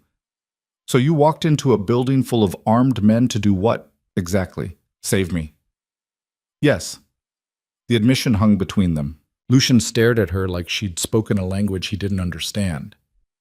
"Why?" he asked finally. "Because you're my husband. Because despite everything, despite how this started, I don't want you dead." She wrapped her arms around herself. "Because somewhere in the past few weeks, I started seeing you as something more than the monster who bought me." Lucien's expression cracked. He reached for her, then stopped himself, his hand falling. "Arya." A sound outside cut him off. Footsteps. Multiple sets, moving fast. Lucian's hand went to his gun, and he pushed Arya behind him. The door they'd entered through rattled. "Lucien? You in there?" Relief flooded Lucian's face. "Marco, yeah, we're here." The door opened and 3 men entered. His guards, Arya recognized them from the estate. They were armed, alert, scanning the room even as they moved toward Lucien. "Boss, you all right?" Marco, the oldest of them, took in Lucian's bloodied face with professional assessment. "Fine. Victor?" "Gone to ground. We hit the warehouse right after you cleared out, took down most of his men. He got away, but he's bleeding. We'll find him." "Double the search teams. I want him found tonight." Lucien's voice was steel. "And lock down the estate. No one in or out without my explicit authorization." "Already done. Cars waiting 2 blocks over." They moved as a unit, Marco and his men flanking Lucien and Arya as they exited into the night. The streets were empty, fog rolling in from the harbor, making everything feel surreal. Like a movie set, Arya thought distantly. None of this could actually be her life. The car was a black SUV with bulletproof glass. Arya recognized it from the estate. She climbed into the back seat, Lucien sliding in beside her. Marco took the front passenger seat and they pulled away from the curb with controlled speed. "Elena's prepared the medical suite," Marco said over his shoulder. "Doctors standing by." "I don't need a doctor." "With respect, boss, your face says otherwise." Lucian touched the cut above his eye and winced. Fine, but Arya gets checked first. I'm fine, Arya protested. You fired a gun tonight. You ran through an active combat zone. You're getting checked. His tone left no room for argument. The drive back felt longer than it probably was. Arya stared out the window at the city sliding by, her mind replaying the warehouse, the gun in her hand, the way it had kicked when she fired, the man who'd fallen, whether from her shot or someone else's she didn't know and didn't want to know. First time? Lucian asked quietly. She didn't need to ask what he meant. Yes. It gets easier. I don't want it to get easier. He looked at her then, really looked, and something in his expression softened. Good. Hold on to that. The estate was lit up like a fortress when they arrived.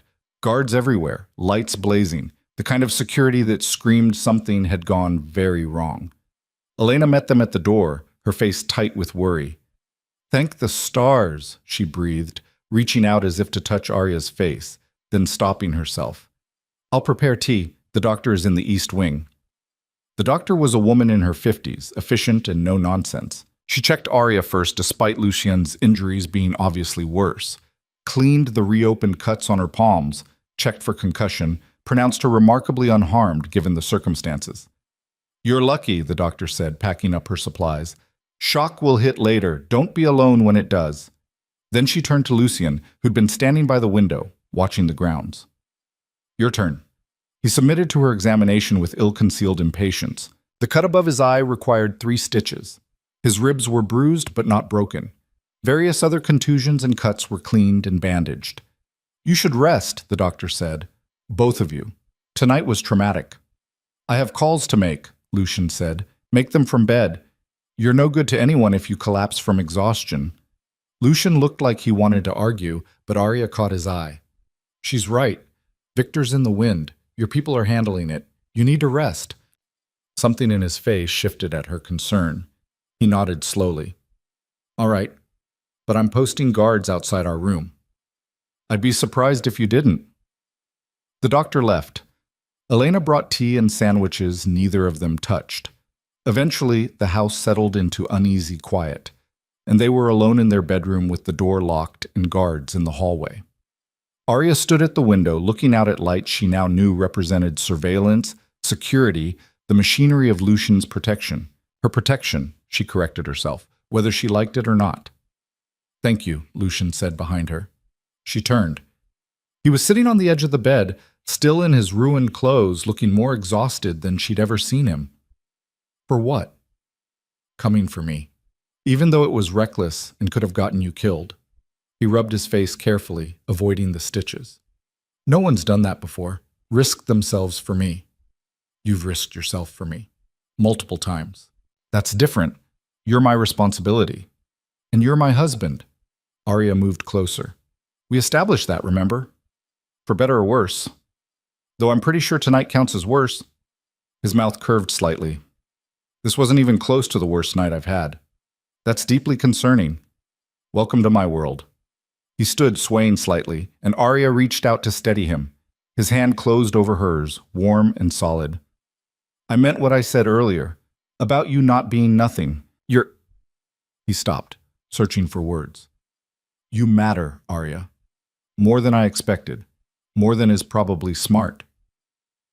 Her heart kicked hard against her ribs. Lucienne, I'm not good at this, at feelings, at expressing them. I've spent most of my life making sure I didn't care about anything enough to be vulnerable. His other hand came up to cup her face, thumb tracing her cheekbone in that gesture that was becoming familiar. But you've gotten under my skin, and tonight when I saw you in that warehouse, I realized that if something happened to you, if Victor had hurt you because of me, I would have burned this entire city to the ground. Arya's breath caught. That's not healthy. No, it's not. He leaned his forehead against hers. But it's honest. They stood like that for a long moment, breathing the same air, the space between them charged with something Arya couldn't name. Want, maybe. Or need. Or just the desperate human impulse to feel alive after coming so close to death. We should sleep, she whispered, not moving. We should. He didn't move either. Lucien. Arya. If you're going to kiss me, just do it. Don't make it weird. He laughed, short and surprised. Then his mouth was on hers, and this kiss was nothing like the one at their wedding. This was heat and hunger and barely restrained need. His hand fisted in her hair, angling her head, deepening the kiss until she couldn't breathe, couldn't think, could only feel. She kissed him back with everything she had, all the fear and anger and confusion of the past weeks, all the adrenaline still singing in her veins, all the terrible understanding that she was falling for the man who'd stolen her life and somehow given her a new one. When they finally broke apart, both breathing hard, Lucien rested his forehead against hers again. That wasn't weird, was it? Shut up. She kissed him again, softer this time. You're concussed and exhausted and bleeding in multiple places. We're not doing this tonight. Doing what? Whatever comes after kissing. Who says anything comes after? Your hands are on my hips, and you're looking at me like you want to devour me. Something definitely comes after. He smiled against her mouth. Brain check? When you're not half dead. Yes. She stepped back, creating space before she lost her nerve. Now get in bed before you fall over. He obeyed, stripping down to his boxers with movements that were slow and pained. Arya looked away, giving him privacy, though she'd already memorized the scars that marked his torso. Evidence of a life lived violently. She changed in the bathroom, emerging in an oversized t-shirt to find Lucien already in bed, eyes closed. She slid in beside him, and without opening his eyes, he reached for her, pulling her against his chest. Is this okay? He murmured. Arya relaxed into him, letting his warmth surround her. Yeah, it's okay. His arm tightened around her waist. If you have nightmares, wake me. Same goes for you. I always have nightmares. You'll be waking me every hour. Then I guess we'll be tired together. She felt him smile against her hair. Within minutes, his breathing evened out, and he was asleep. Arya lay awake longer, listening to his heartbeat, feeling the rise and fall of his chest. This man who'd bought her, trapped her, and somehow become the person she trusted most in the world. The thought should have terrified her. Instead, it felt inevitable. Like falling had always been the only option, and she'd just been fighting gravity. She closed her eyes and let herself fall. Morning came too fast. Arya woke to find Lucien already up, standing at the window with his phone pressed to his ear. His voice was low, controlled, but she could hear the tension beneath. I don't care where he is now. I want to know where he's going to be. Put eyes on every property he owns, every associate, every place he might run. A pause. No. We don't move until we're certain. I want this done clean. He ended the call and turned, noticing she was awake. Morning. Any luck finding Victor? Not yet, but he's bleeding, desperate, and running out of allies. We'll find him. He sat on the edge of the bed. How are you feeling?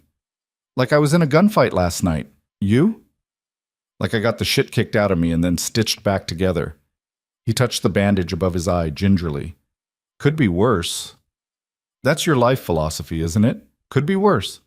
It's kept me alive this long. He took her hand, examining the fresh bandages on her palms.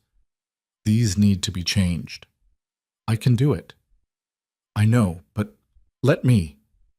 There was something almost vulnerable in the request. Arya nodded, and he disappeared into the bathroom, returning with the first aid kit. He unwrapped her bandages carefully, cleaned the wounds with gentle efficiency, and applied fresh gauze. Where did you learn to do this? She asked. When you grow up like I did, you learn to patch yourself up. Doctors ask questions. He finished the second hand and pressed a kiss to her palm, right above the bandage. The gesture was so tender it made her chest ache. There. Good as new. Lucien, about last night, if you're going to say it was a mistake, I was going to say we should probably talk about it, about what it means. He set the first aid kit aside. What do you want it to mean? I don't know. A month ago, I hated you, wanted nothing more than to escape. Now I'm kissing you and worrying about whether you're going to get yourself killed. She pulled her knees up, wrapping her arms around them. It's confusing. You're allowed to be confused. Are you? Confused? No. His answer was immediate, certain. I know exactly what I want. Which is? You, here, with me. Not because I'm forcing you, but because you choose it. He reached out, tucking a strand of hair behind her ear. I want you to stay, Arya. Not as my prisoner or my obligation, as my wife, my partner. Her throat tightened. That's a lot to ask from someone you bought. I know, and I'm sorry for how this started. If I could go back and change it, I would. But I can't. All I can do is try to give you reasons to stay now. He paused. I'm not good at this, at being open, at letting people in. But I'm trying, for you, I'm trying. Arya looked at him, at the stitches, the bruises, the exhaustion carved into his face, at the vulnerability in his eyes that he was letting her see. This was the man beneath the monster, broken and scarred and trying despite everything. I don't know if I can love you, she said honestly, after everything, after how this started. I don't know if that's possible. I'm not asking you to love me. Not yet. His hand found hers, fingers threading together. I'm just asking you to try, to give this a real chance, not because you're trapped, but because maybe, somewhere underneath all the fear and anger, you want to. Did she want to?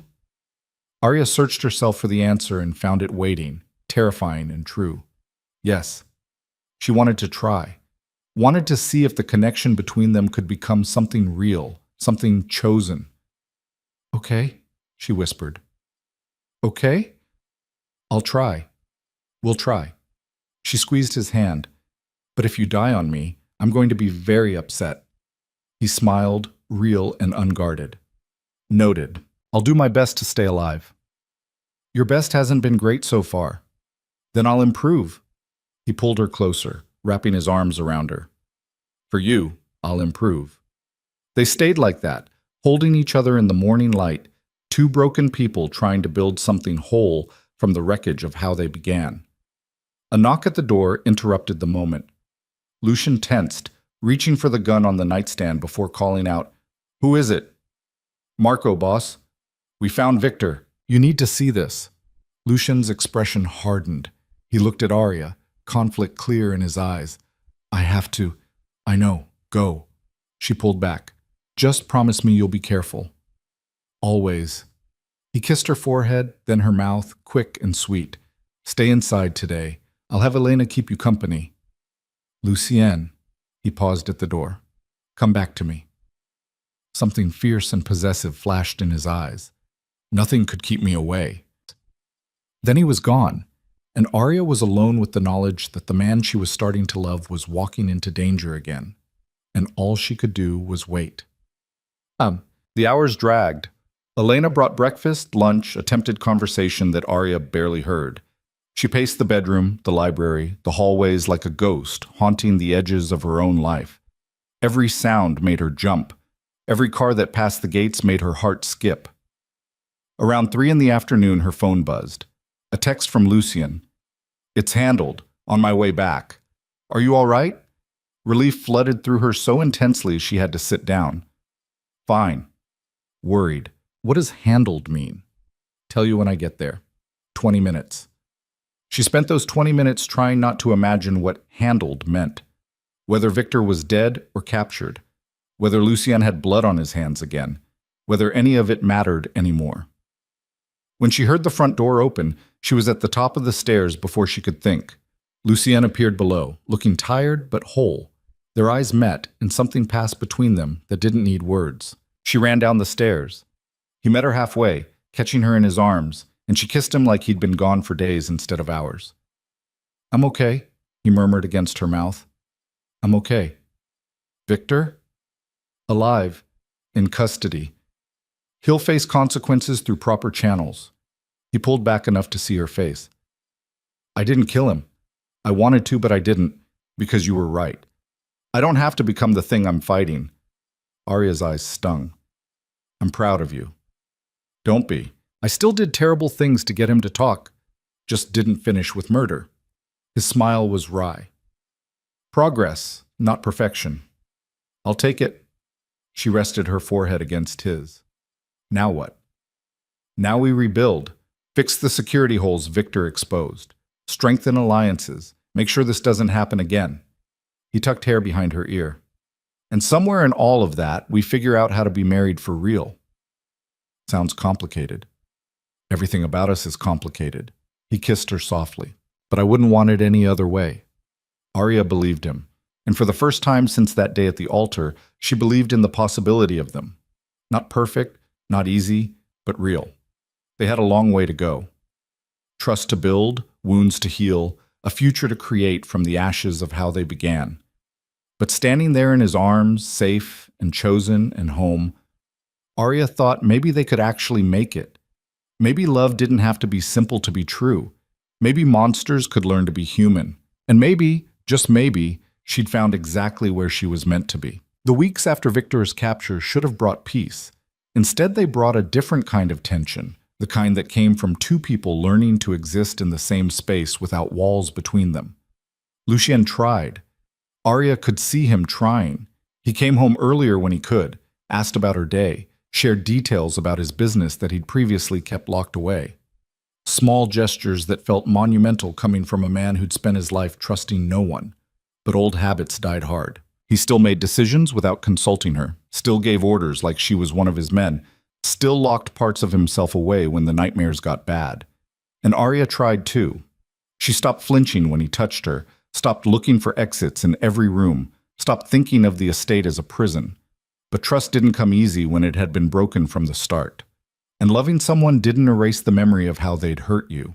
3 weeks after Victor's arrest, Arya woke to find Lucien already dressed, standing at the window with his phone in hand.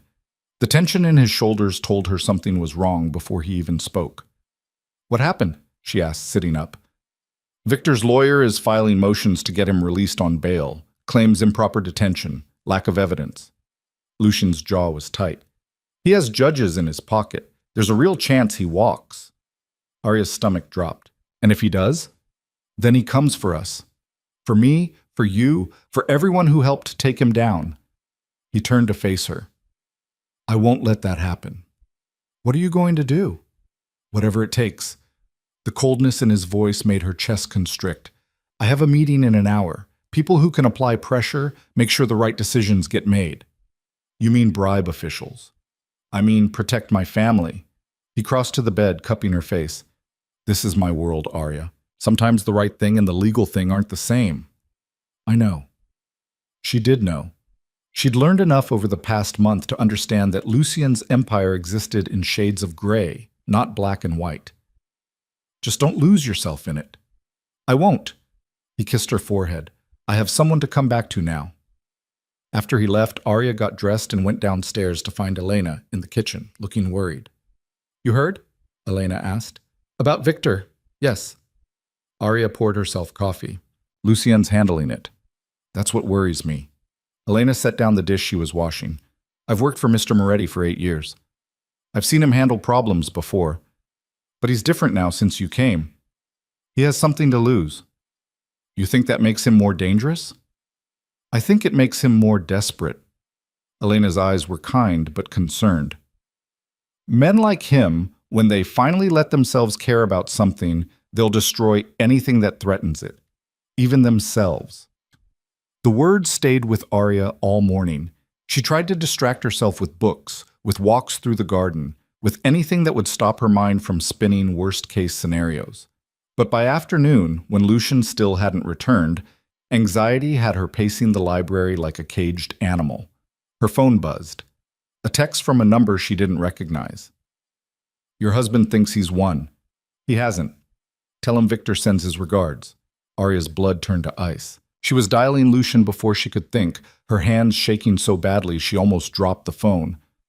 "Arya, what's wrong?" "I just got a text from Victor or someone working for him. He's threatening—" "I'm on my way. Lock yourself in our room. Now." The fear in his voice terrified her more than the text had. "Marco's 2 minutes out. He'll stay with you until I get there." "Lucien, what's happening?" "Victor made bail 20 minutes ago. I was about to call you."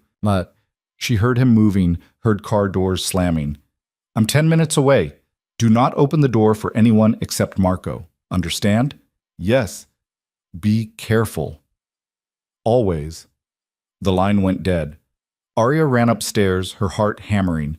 She locked the bedroom door and backed away from it, grabbing the closest thing to a weapon she could find, a heavy bookend from the shelf. Ridiculous, but it made her feel slightly less helpless. 3 minutes later, a knock. "Mrs. Moretti, it's Marco." She recognized his voice, but still checked through the peephole before opening. Marco entered with another guard, both armed, both scanning the room like they expected threats to materialize from the walls. "We're going to secure the perimeter," Marco said. "Mr. Moretti wants you to stay here until he arrives." Did Victor do this? Get himself released just to send a message, most likely. But we're not taking chances. Marco's phone buzzed. He glanced at it, his expression darkening. "There's a car approaching the gate, unregistered. Too many men inside." Arya's breath caught. "Is it?" Gunfire erupted from somewhere downstairs. Close. Inside the house. Marco shoved Arya toward the bathroom. "Lock yourself in. Don't come out until Mr. Moretti or I come for you." To his partner, "Call for backup. Now." More gunfire, shouting, the sound of breaking glass. Arya stumbled into the bathroom, her legs barely holding her. She locked the door with trembling hands and backed into the corner, making herself as small as possible. This was happening. Victor had come for them. For her. The bathroom door shook as something heavy hit it from the other side. Once, twice. On the third impact, the lock gave way and the door burst open. A man she'd never seen before stood there, gun in hand, his smile cold and wrong. "Mrs. Moretti!" Victor would like a word. Arya threw the bookend at his head. He ducked, laughing, and grabbed her arm. She fought, scratching, kicking, screaming, but he was twice her size and trained for this. He dragged her out of the bathroom, through the bedroom, into the hallway, where 2 more of Victor's men waited. "Let's go," one of them said, "before Moretti gets here." They hauled her down the stairs. Arya saw bodies, guards she recognized, lying motionless. Elena, hiding behind the kitchen door, her face white with terror. She wanted to scream for her to stay hidden, to call for help, but then they were outside, the cool air hitting her face as they dragged her toward a black van. A gunshot cracked through the air. The man holding her right arm dropped, blood blooming on his shoulder. Arya twisted away as another shot took down the second man. She hit the gravel hard, rolling, and looked up to see Lucian. He stood at the gate, gun in hand, his face a mask of controlled fury. Behind him, more men. His men, pouring through, returning fire. Victor's people scattered, some dropping, some retreating to the van. Lucian reached Arya in seconds, pulling her to her feet, his hands running over her frantically. "Are you hurt?" "No, I'm okay." She was shaking so hard her teeth chattered. "They killed Marco." "I know, stay behind me." He pushed her toward one of his guards. "Get her inside. Lock down the safe room." "No." Arya grabbed his arm. "I'm not leaving you again." "Arya, last time I let you go alone, you ended up tied to a chair. I'm staying." Something flickered in his eyes. Frustration, fear, and something that might have been pride. "Fine. But you do exactly what I say. Understand?" She nodded. He pulled a smaller gun from his ankle holster and pressed it into her hand. "Safety's off. Point and shoot if anyone gets close." The van's engine roared to life. It lurched forward, heading straight for them. Lucien fired at the tires, but the van kept coming. At the last second, he grabbed Arya and dove sideways. They hit the ground rolling as the van crashed through the front gate in a screech of metal and stone. Lucien was up instantly, firing at the retreating vehicle. One tire blew, then another, but the van kept going, limping away on shredded rubber. Lucien's men gave chase in their own vehicles, and suddenly the estate was quiet, except for the ringing in Arya's ears. Lucien holstered his gun and pulled Arya to her feet, his hands shaking as he checked her over again. "You're sure you're not hurt?" "I'm sure." "Lucien, your hand—" He glanced down at his left hand, where blood dripped from his knuckles. "Grazed. It's nothing." He pulled her against his chest, holding her so tight she could barely breathe. "When I got the call that they were inside, that they had you, but they didn't. You got here in time." "Barely." His voice was rough. "If I'd been 5 minutes later, you weren't." She pulled back enough to see his face. "We're okay. We're both okay." He kissed her then, desperate and claiming, like he needed to prove she was real and whole and his. When he finally pulled back, his eyes were blazing. This ends tonight. Victor, his organization, everyone who helped him. I'm burning it all down. Lucien, he came into my home, killed my people, put his hands on you. Each word was ice and fury. There's no coming back from that. No mercy, no second chances. This is war, and I'm going to win it. Arya saw the monster rising in him, the part he'd been trying to keep contained, the part that had built an empire on fear and blood, and she realized with sudden, terrible clarity that she had a choice to make. She could try to pull him back, to be the voice of reason and restraint. Watch him struggle between the man he was and the man he was trying to become. Let Victor keep threatening them, keep circling, until one of them was finally dead. Or she could stand beside him in the darkness. Except that sometimes love meant supporting the terrible things people had to do to survive. Then let's end it, she said quietly. Together. Lucien's eyes widened. You don't know what you're saying. Yes, I do. You said you wanted me as your partner, not your prisoner. So let me be your partner. Tell me how we destroy him. For a long moment, Lucien just stared at her. Then something shifted in his expression, surprise giving way to something deeper, darker, and infinitely more dangerous. All right, he said. Come with me. He led her inside, past the bodies being covered, past Elena, who was being tended to by one of the guards, into his office. The war room. He pulled up maps, files, everything his people had gathered on Victor's remaining assets. He's bleeding money, losing territory. Most of his allies have abandoned him. Lucien pointed to several marked locations. But he still has 3 safe houses, 2 warehouses, and a club that's his main base of operations. He'll be at one of these tonight, trying to regroup. How do we find him? We don't. We make him come to us. Lucien pulled out his phone, typed something, and looked at her. I'm going to spread word that you were taken, that Victor has you. Every family in this city will hear that he violated the most fundamental rule. He came after a boss's wife. But I'm right here. They don't know that. And when Victor hears the rumor, he'll either claim credit or deny it. Either way, he'll make a move. And when he does, we'll be ready. Arya's pulse quickened. That's using me as bait. That's strategy. He wants to break me by hurting you, so we let him think he's won, let him get cocky. Then we crush him. Lucien's hand found hers. But this only works if you're willing to play dead for a few hours. Stay hidden. Let me do what I do best. And what's that? Hunt. The word sent a chill through her. This was it. The moment where she either committed fully to this life or walked away. Where she accepted what Lucien was, or spent the rest of their marriage pretending she didn't know. I'm in, she said. What do you need me to do? Lucien studied her face, looking for doubt, for hesitation. He must have found only certainty because he nodded slowly. There's a safe room beneath the house. Reinforced, monitored. You'll stay there with 2 guards I trust with my life.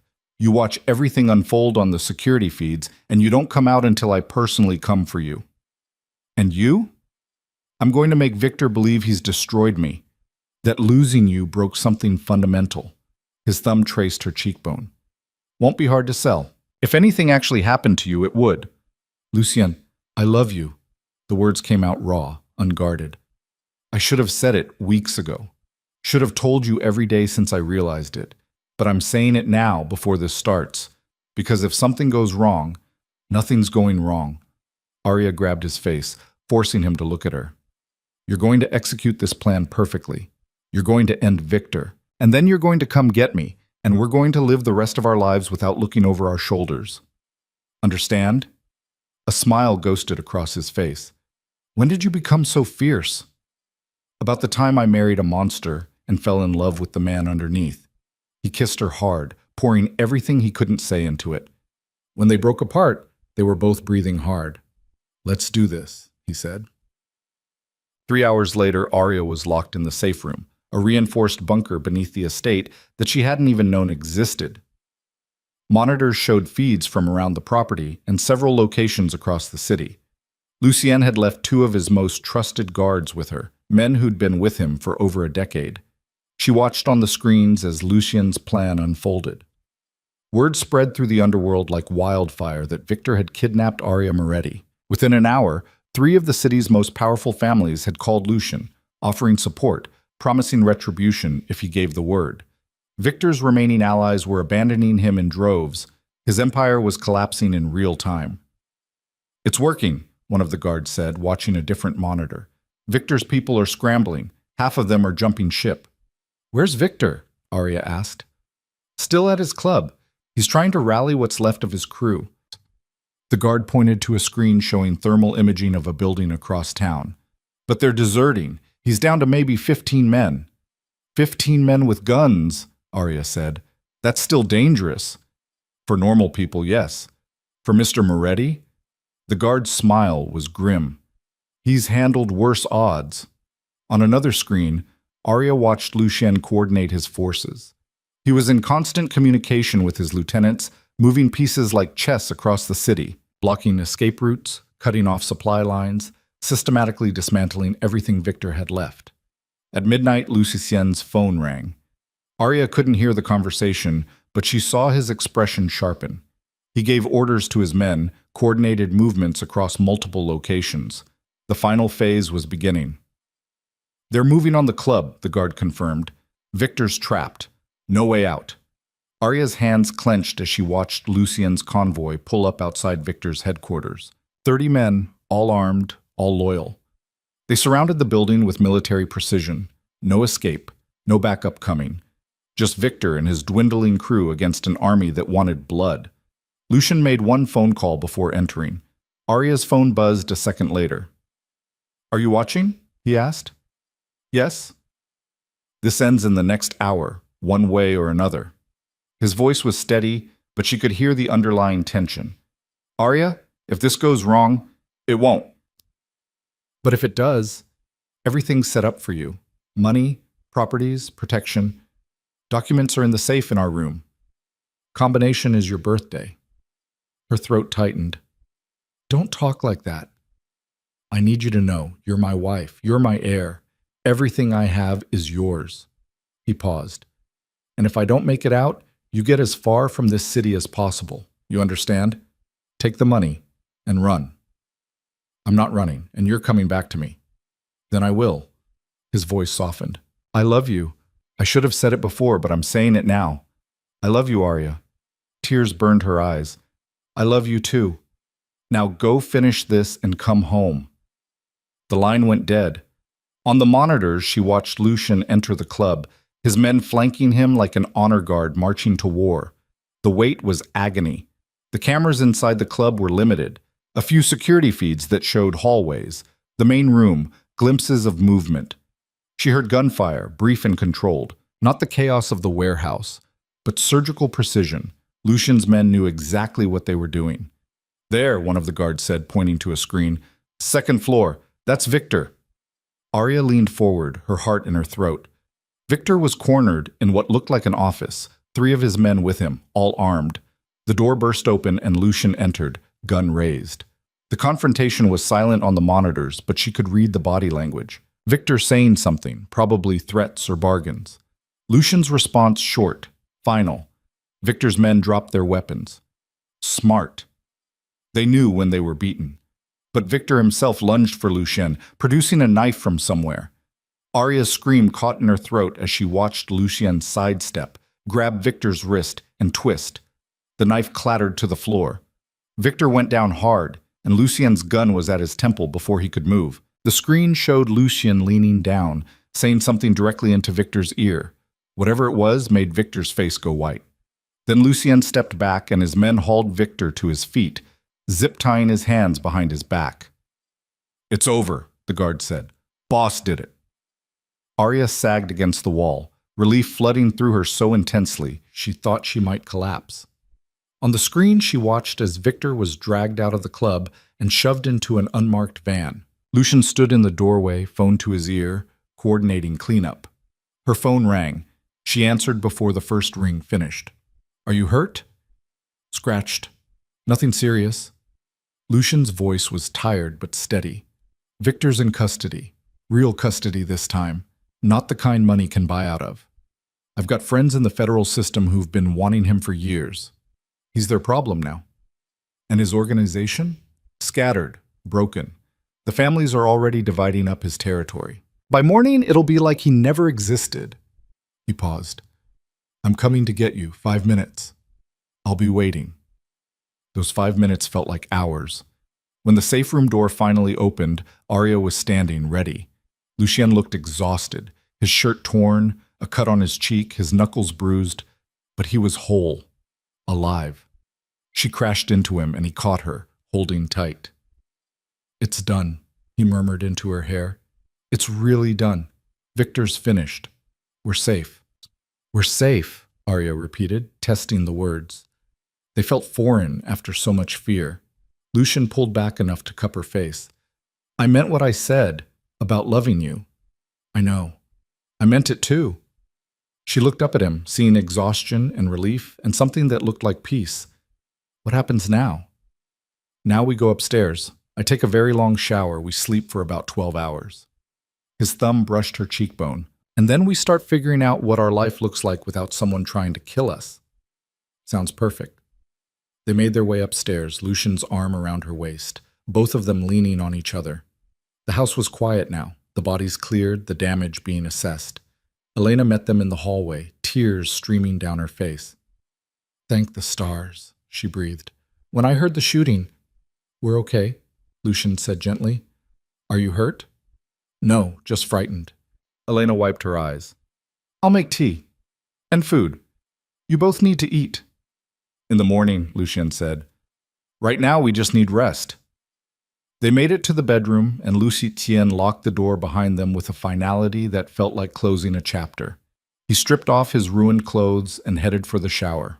Arya followed, and they stood under the hot water together, washing away blood and fear and the weight of the night. When they finally climbed into bed, clean and exhausted, Lucien pulled her against his chest. His heartbeat was steady under her ear, a rhythm that promised he was alive. He was here. He was hers. Arya? Thank you for staying, for standing with me tonight, for not running when you had every reason to. She lifted her head to look at him. Where would I go? You're my home now. Something in his expression cracked. I don't deserve you. Probably not, but you're stuck with me anyway. She kissed him softly. Now sleep. We have the rest of our lives to figure this out. He smiled against her mouth. The rest of our lives. I like the sound of that. They fell asleep tangled together, two people who'd found each other in darkness and chosen to walk into the light. The next few weeks were a strange kind of normal. Victor's trial made headlines. Federal charges, no bail. His organization's crimes laid bare for the world to see. Other families who'd been afraid to move against him came forward with evidence. The case was airtight. He'd spend the rest of his life in a maximum security prison. Lucien kept his promise. He started transitioning out of the illegal operations, moving money into legitimate businesses. It was slow, careful work. You couldn't dismantle an empire overnight without causing chaos. But he was methodical, strategic, bringing in lawyers and accountants to clean everything up. Arya threw herself into helping. She started going through his business records, identifying which ventures could be legitimized and which needed to be shut down.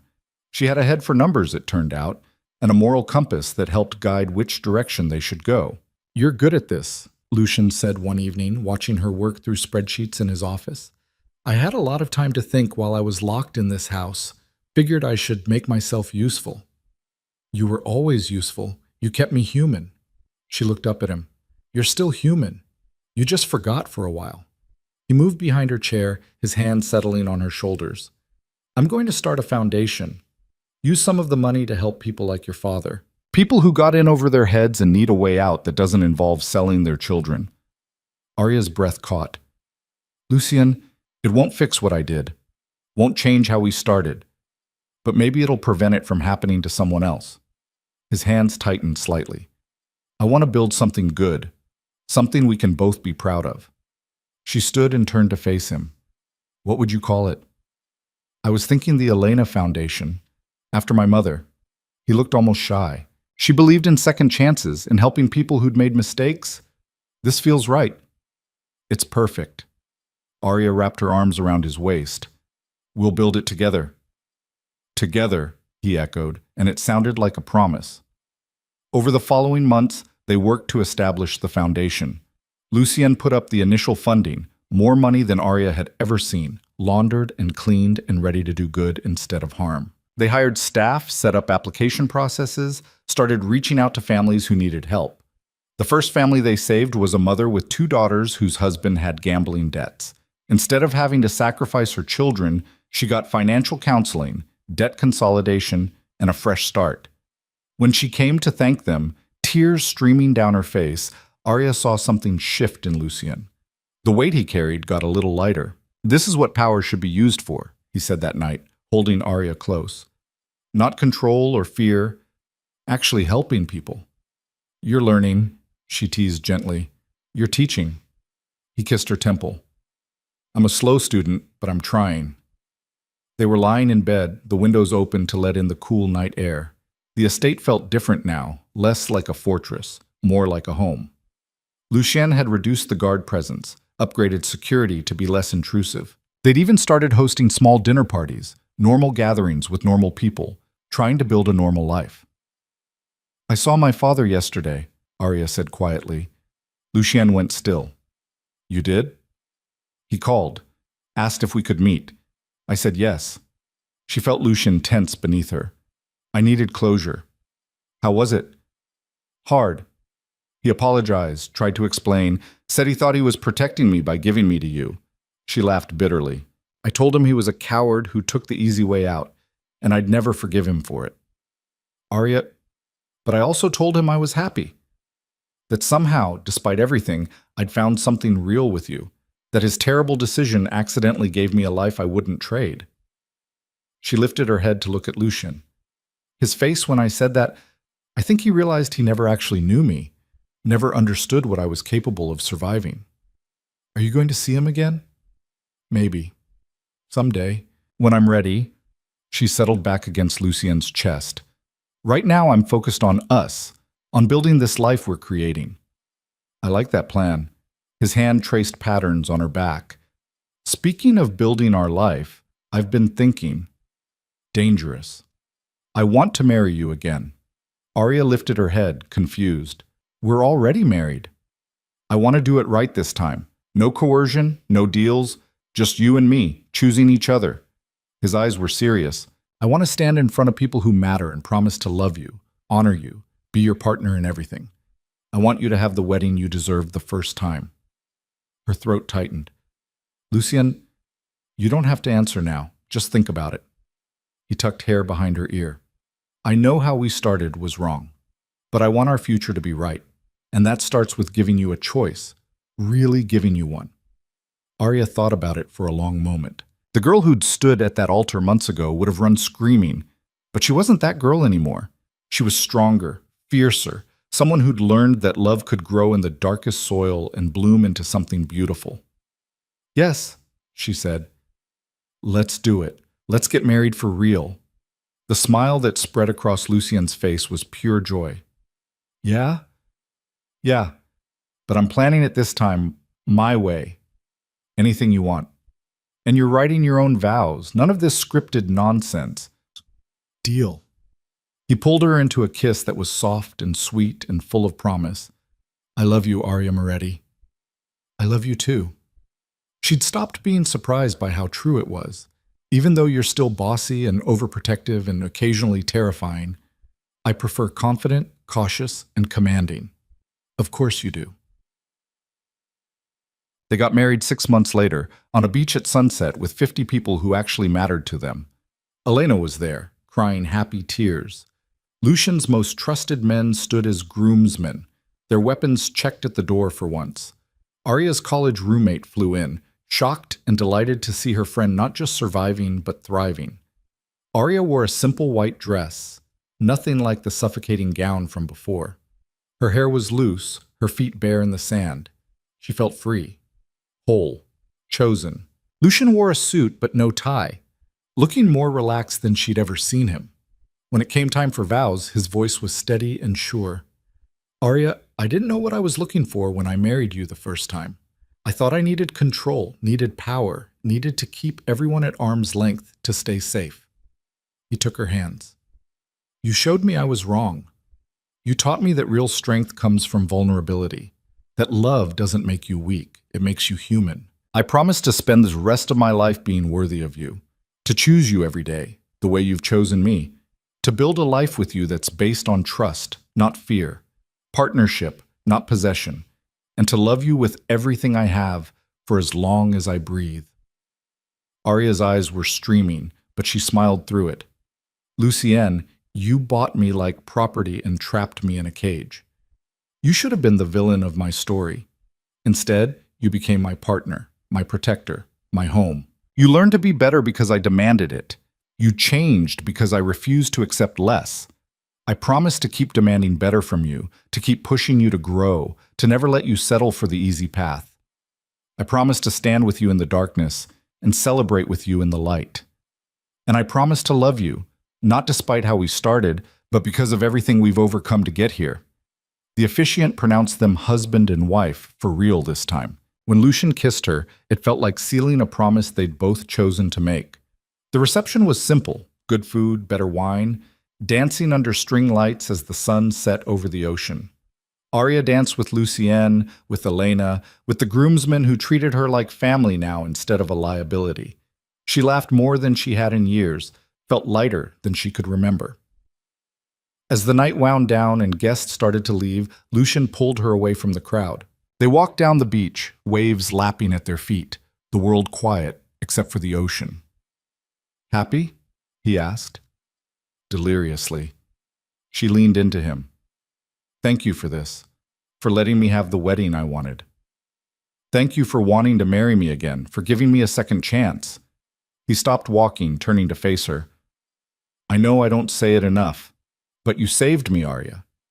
You took someone who was barely human and reminded him what it meant to feel, to love, to be loved. We saved each other," she corrected. "You gave me strength I didn't know I had. You showed me I could survive anything and come out stronger." He kissed her forehead, soft and reverent. "What do you want to do now? We have the hotel suite, but we could keep walking.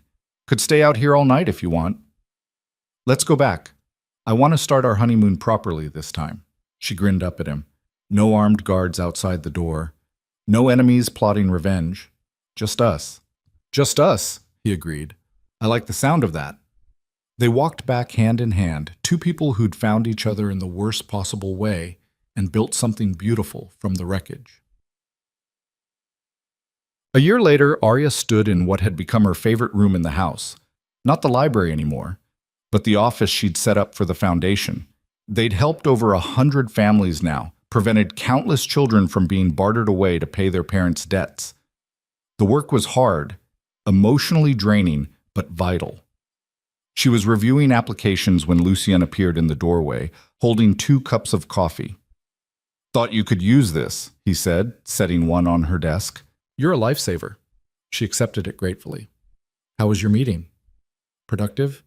The casino deal went through, completely legal, completely clean. We're officially out of the last of the illegal gambling operations." His voice held quiet pride. One more piece of the old empire gone. Arya stood and crossed to him, wrapping her arms around his waist. "I'm proud of you. Couldn't have done it without you pushing me." He pulled her closer. "You know, when I married you, I thought I was getting an asset, someone to control, to show off.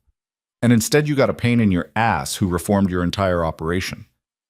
I got a partner, someone who made me want to be better." His hand cupped her face. "I got the love of my life, and I didn't even know I needed it." Her phone buzzed. She glanced at it and smiled. "It's the lawyer. The adoption paperwork went through." Lucian's face lit up. "We're approved?" "We're approved." They'd been working on adopting a little girl from one of the families the foundation had helped, a mother who'd been too young, too overwhelmed, and had asked if they knew anyone who wanted children. "We can pick up Sophia next week." He pulled Arya into a kiss that tasted like joy and coffee and the future they were building together. When they broke apart, both were grinning like fools. "We're going to be parents," he said, wonder in his voice. "We're going to be terrible at it and mess up constantly and love that kid with everything we have," Arya corrected. "Sounds perfect." He rested his forehead against hers. "Thank you." "For what?" "For staying, for fighting with me instead of giving up, for seeing something worth saving underneath all the terrible things I'd done. His voice dropped. For loving me enough to help me become someone worthy of being a father. You were always worthy. You just needed someone to believe it. She kissed him softly. Besides, you saved me too, gave me strength I didn't know I had, taught me I could survive anything. We saved each other. Yeah, we did. They stood there in her office, surrounded by files of families they'd helped, planning for the daughter they'd welcome into their home, building a future neither of them could have imagined that day at the altar. Arya thought about that girl in the white dress, terrified and trapped, thinking her life was ending. She wished she could go back and tell her the truth, that the monster she married would become the man she loved, that the cage he built would transform into a home, that the worst day of her life would be the beginning of the best thing that ever happened to her. She couldn't go back, could only move forward hand in hand with the man who'd bought her freedom and learned to give it back, who'd trapped her in his world and then rebuilt that world into something they could both live in with pride. I love you, she said, simple and true. I love you too. Lucian's smile was soft, genuine, the kind he only ever showed her. Always have. Always will. And standing there in the life they'd built from ashes and choices and the stubborn refusal to let darkness win, Arya believed him. They'd started in blood and coercion and fear, but they'd grown into something real, something chosen, something that proved love didn't have to be simple to be true, didn't have to be easy to be worth fighting for. The cage was gone.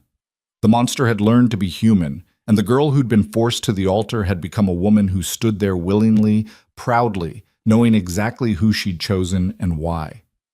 This was love. Complicated, messy, built on broken foundations and cemented with determination to be better. But it was theirs, and that made it perfect.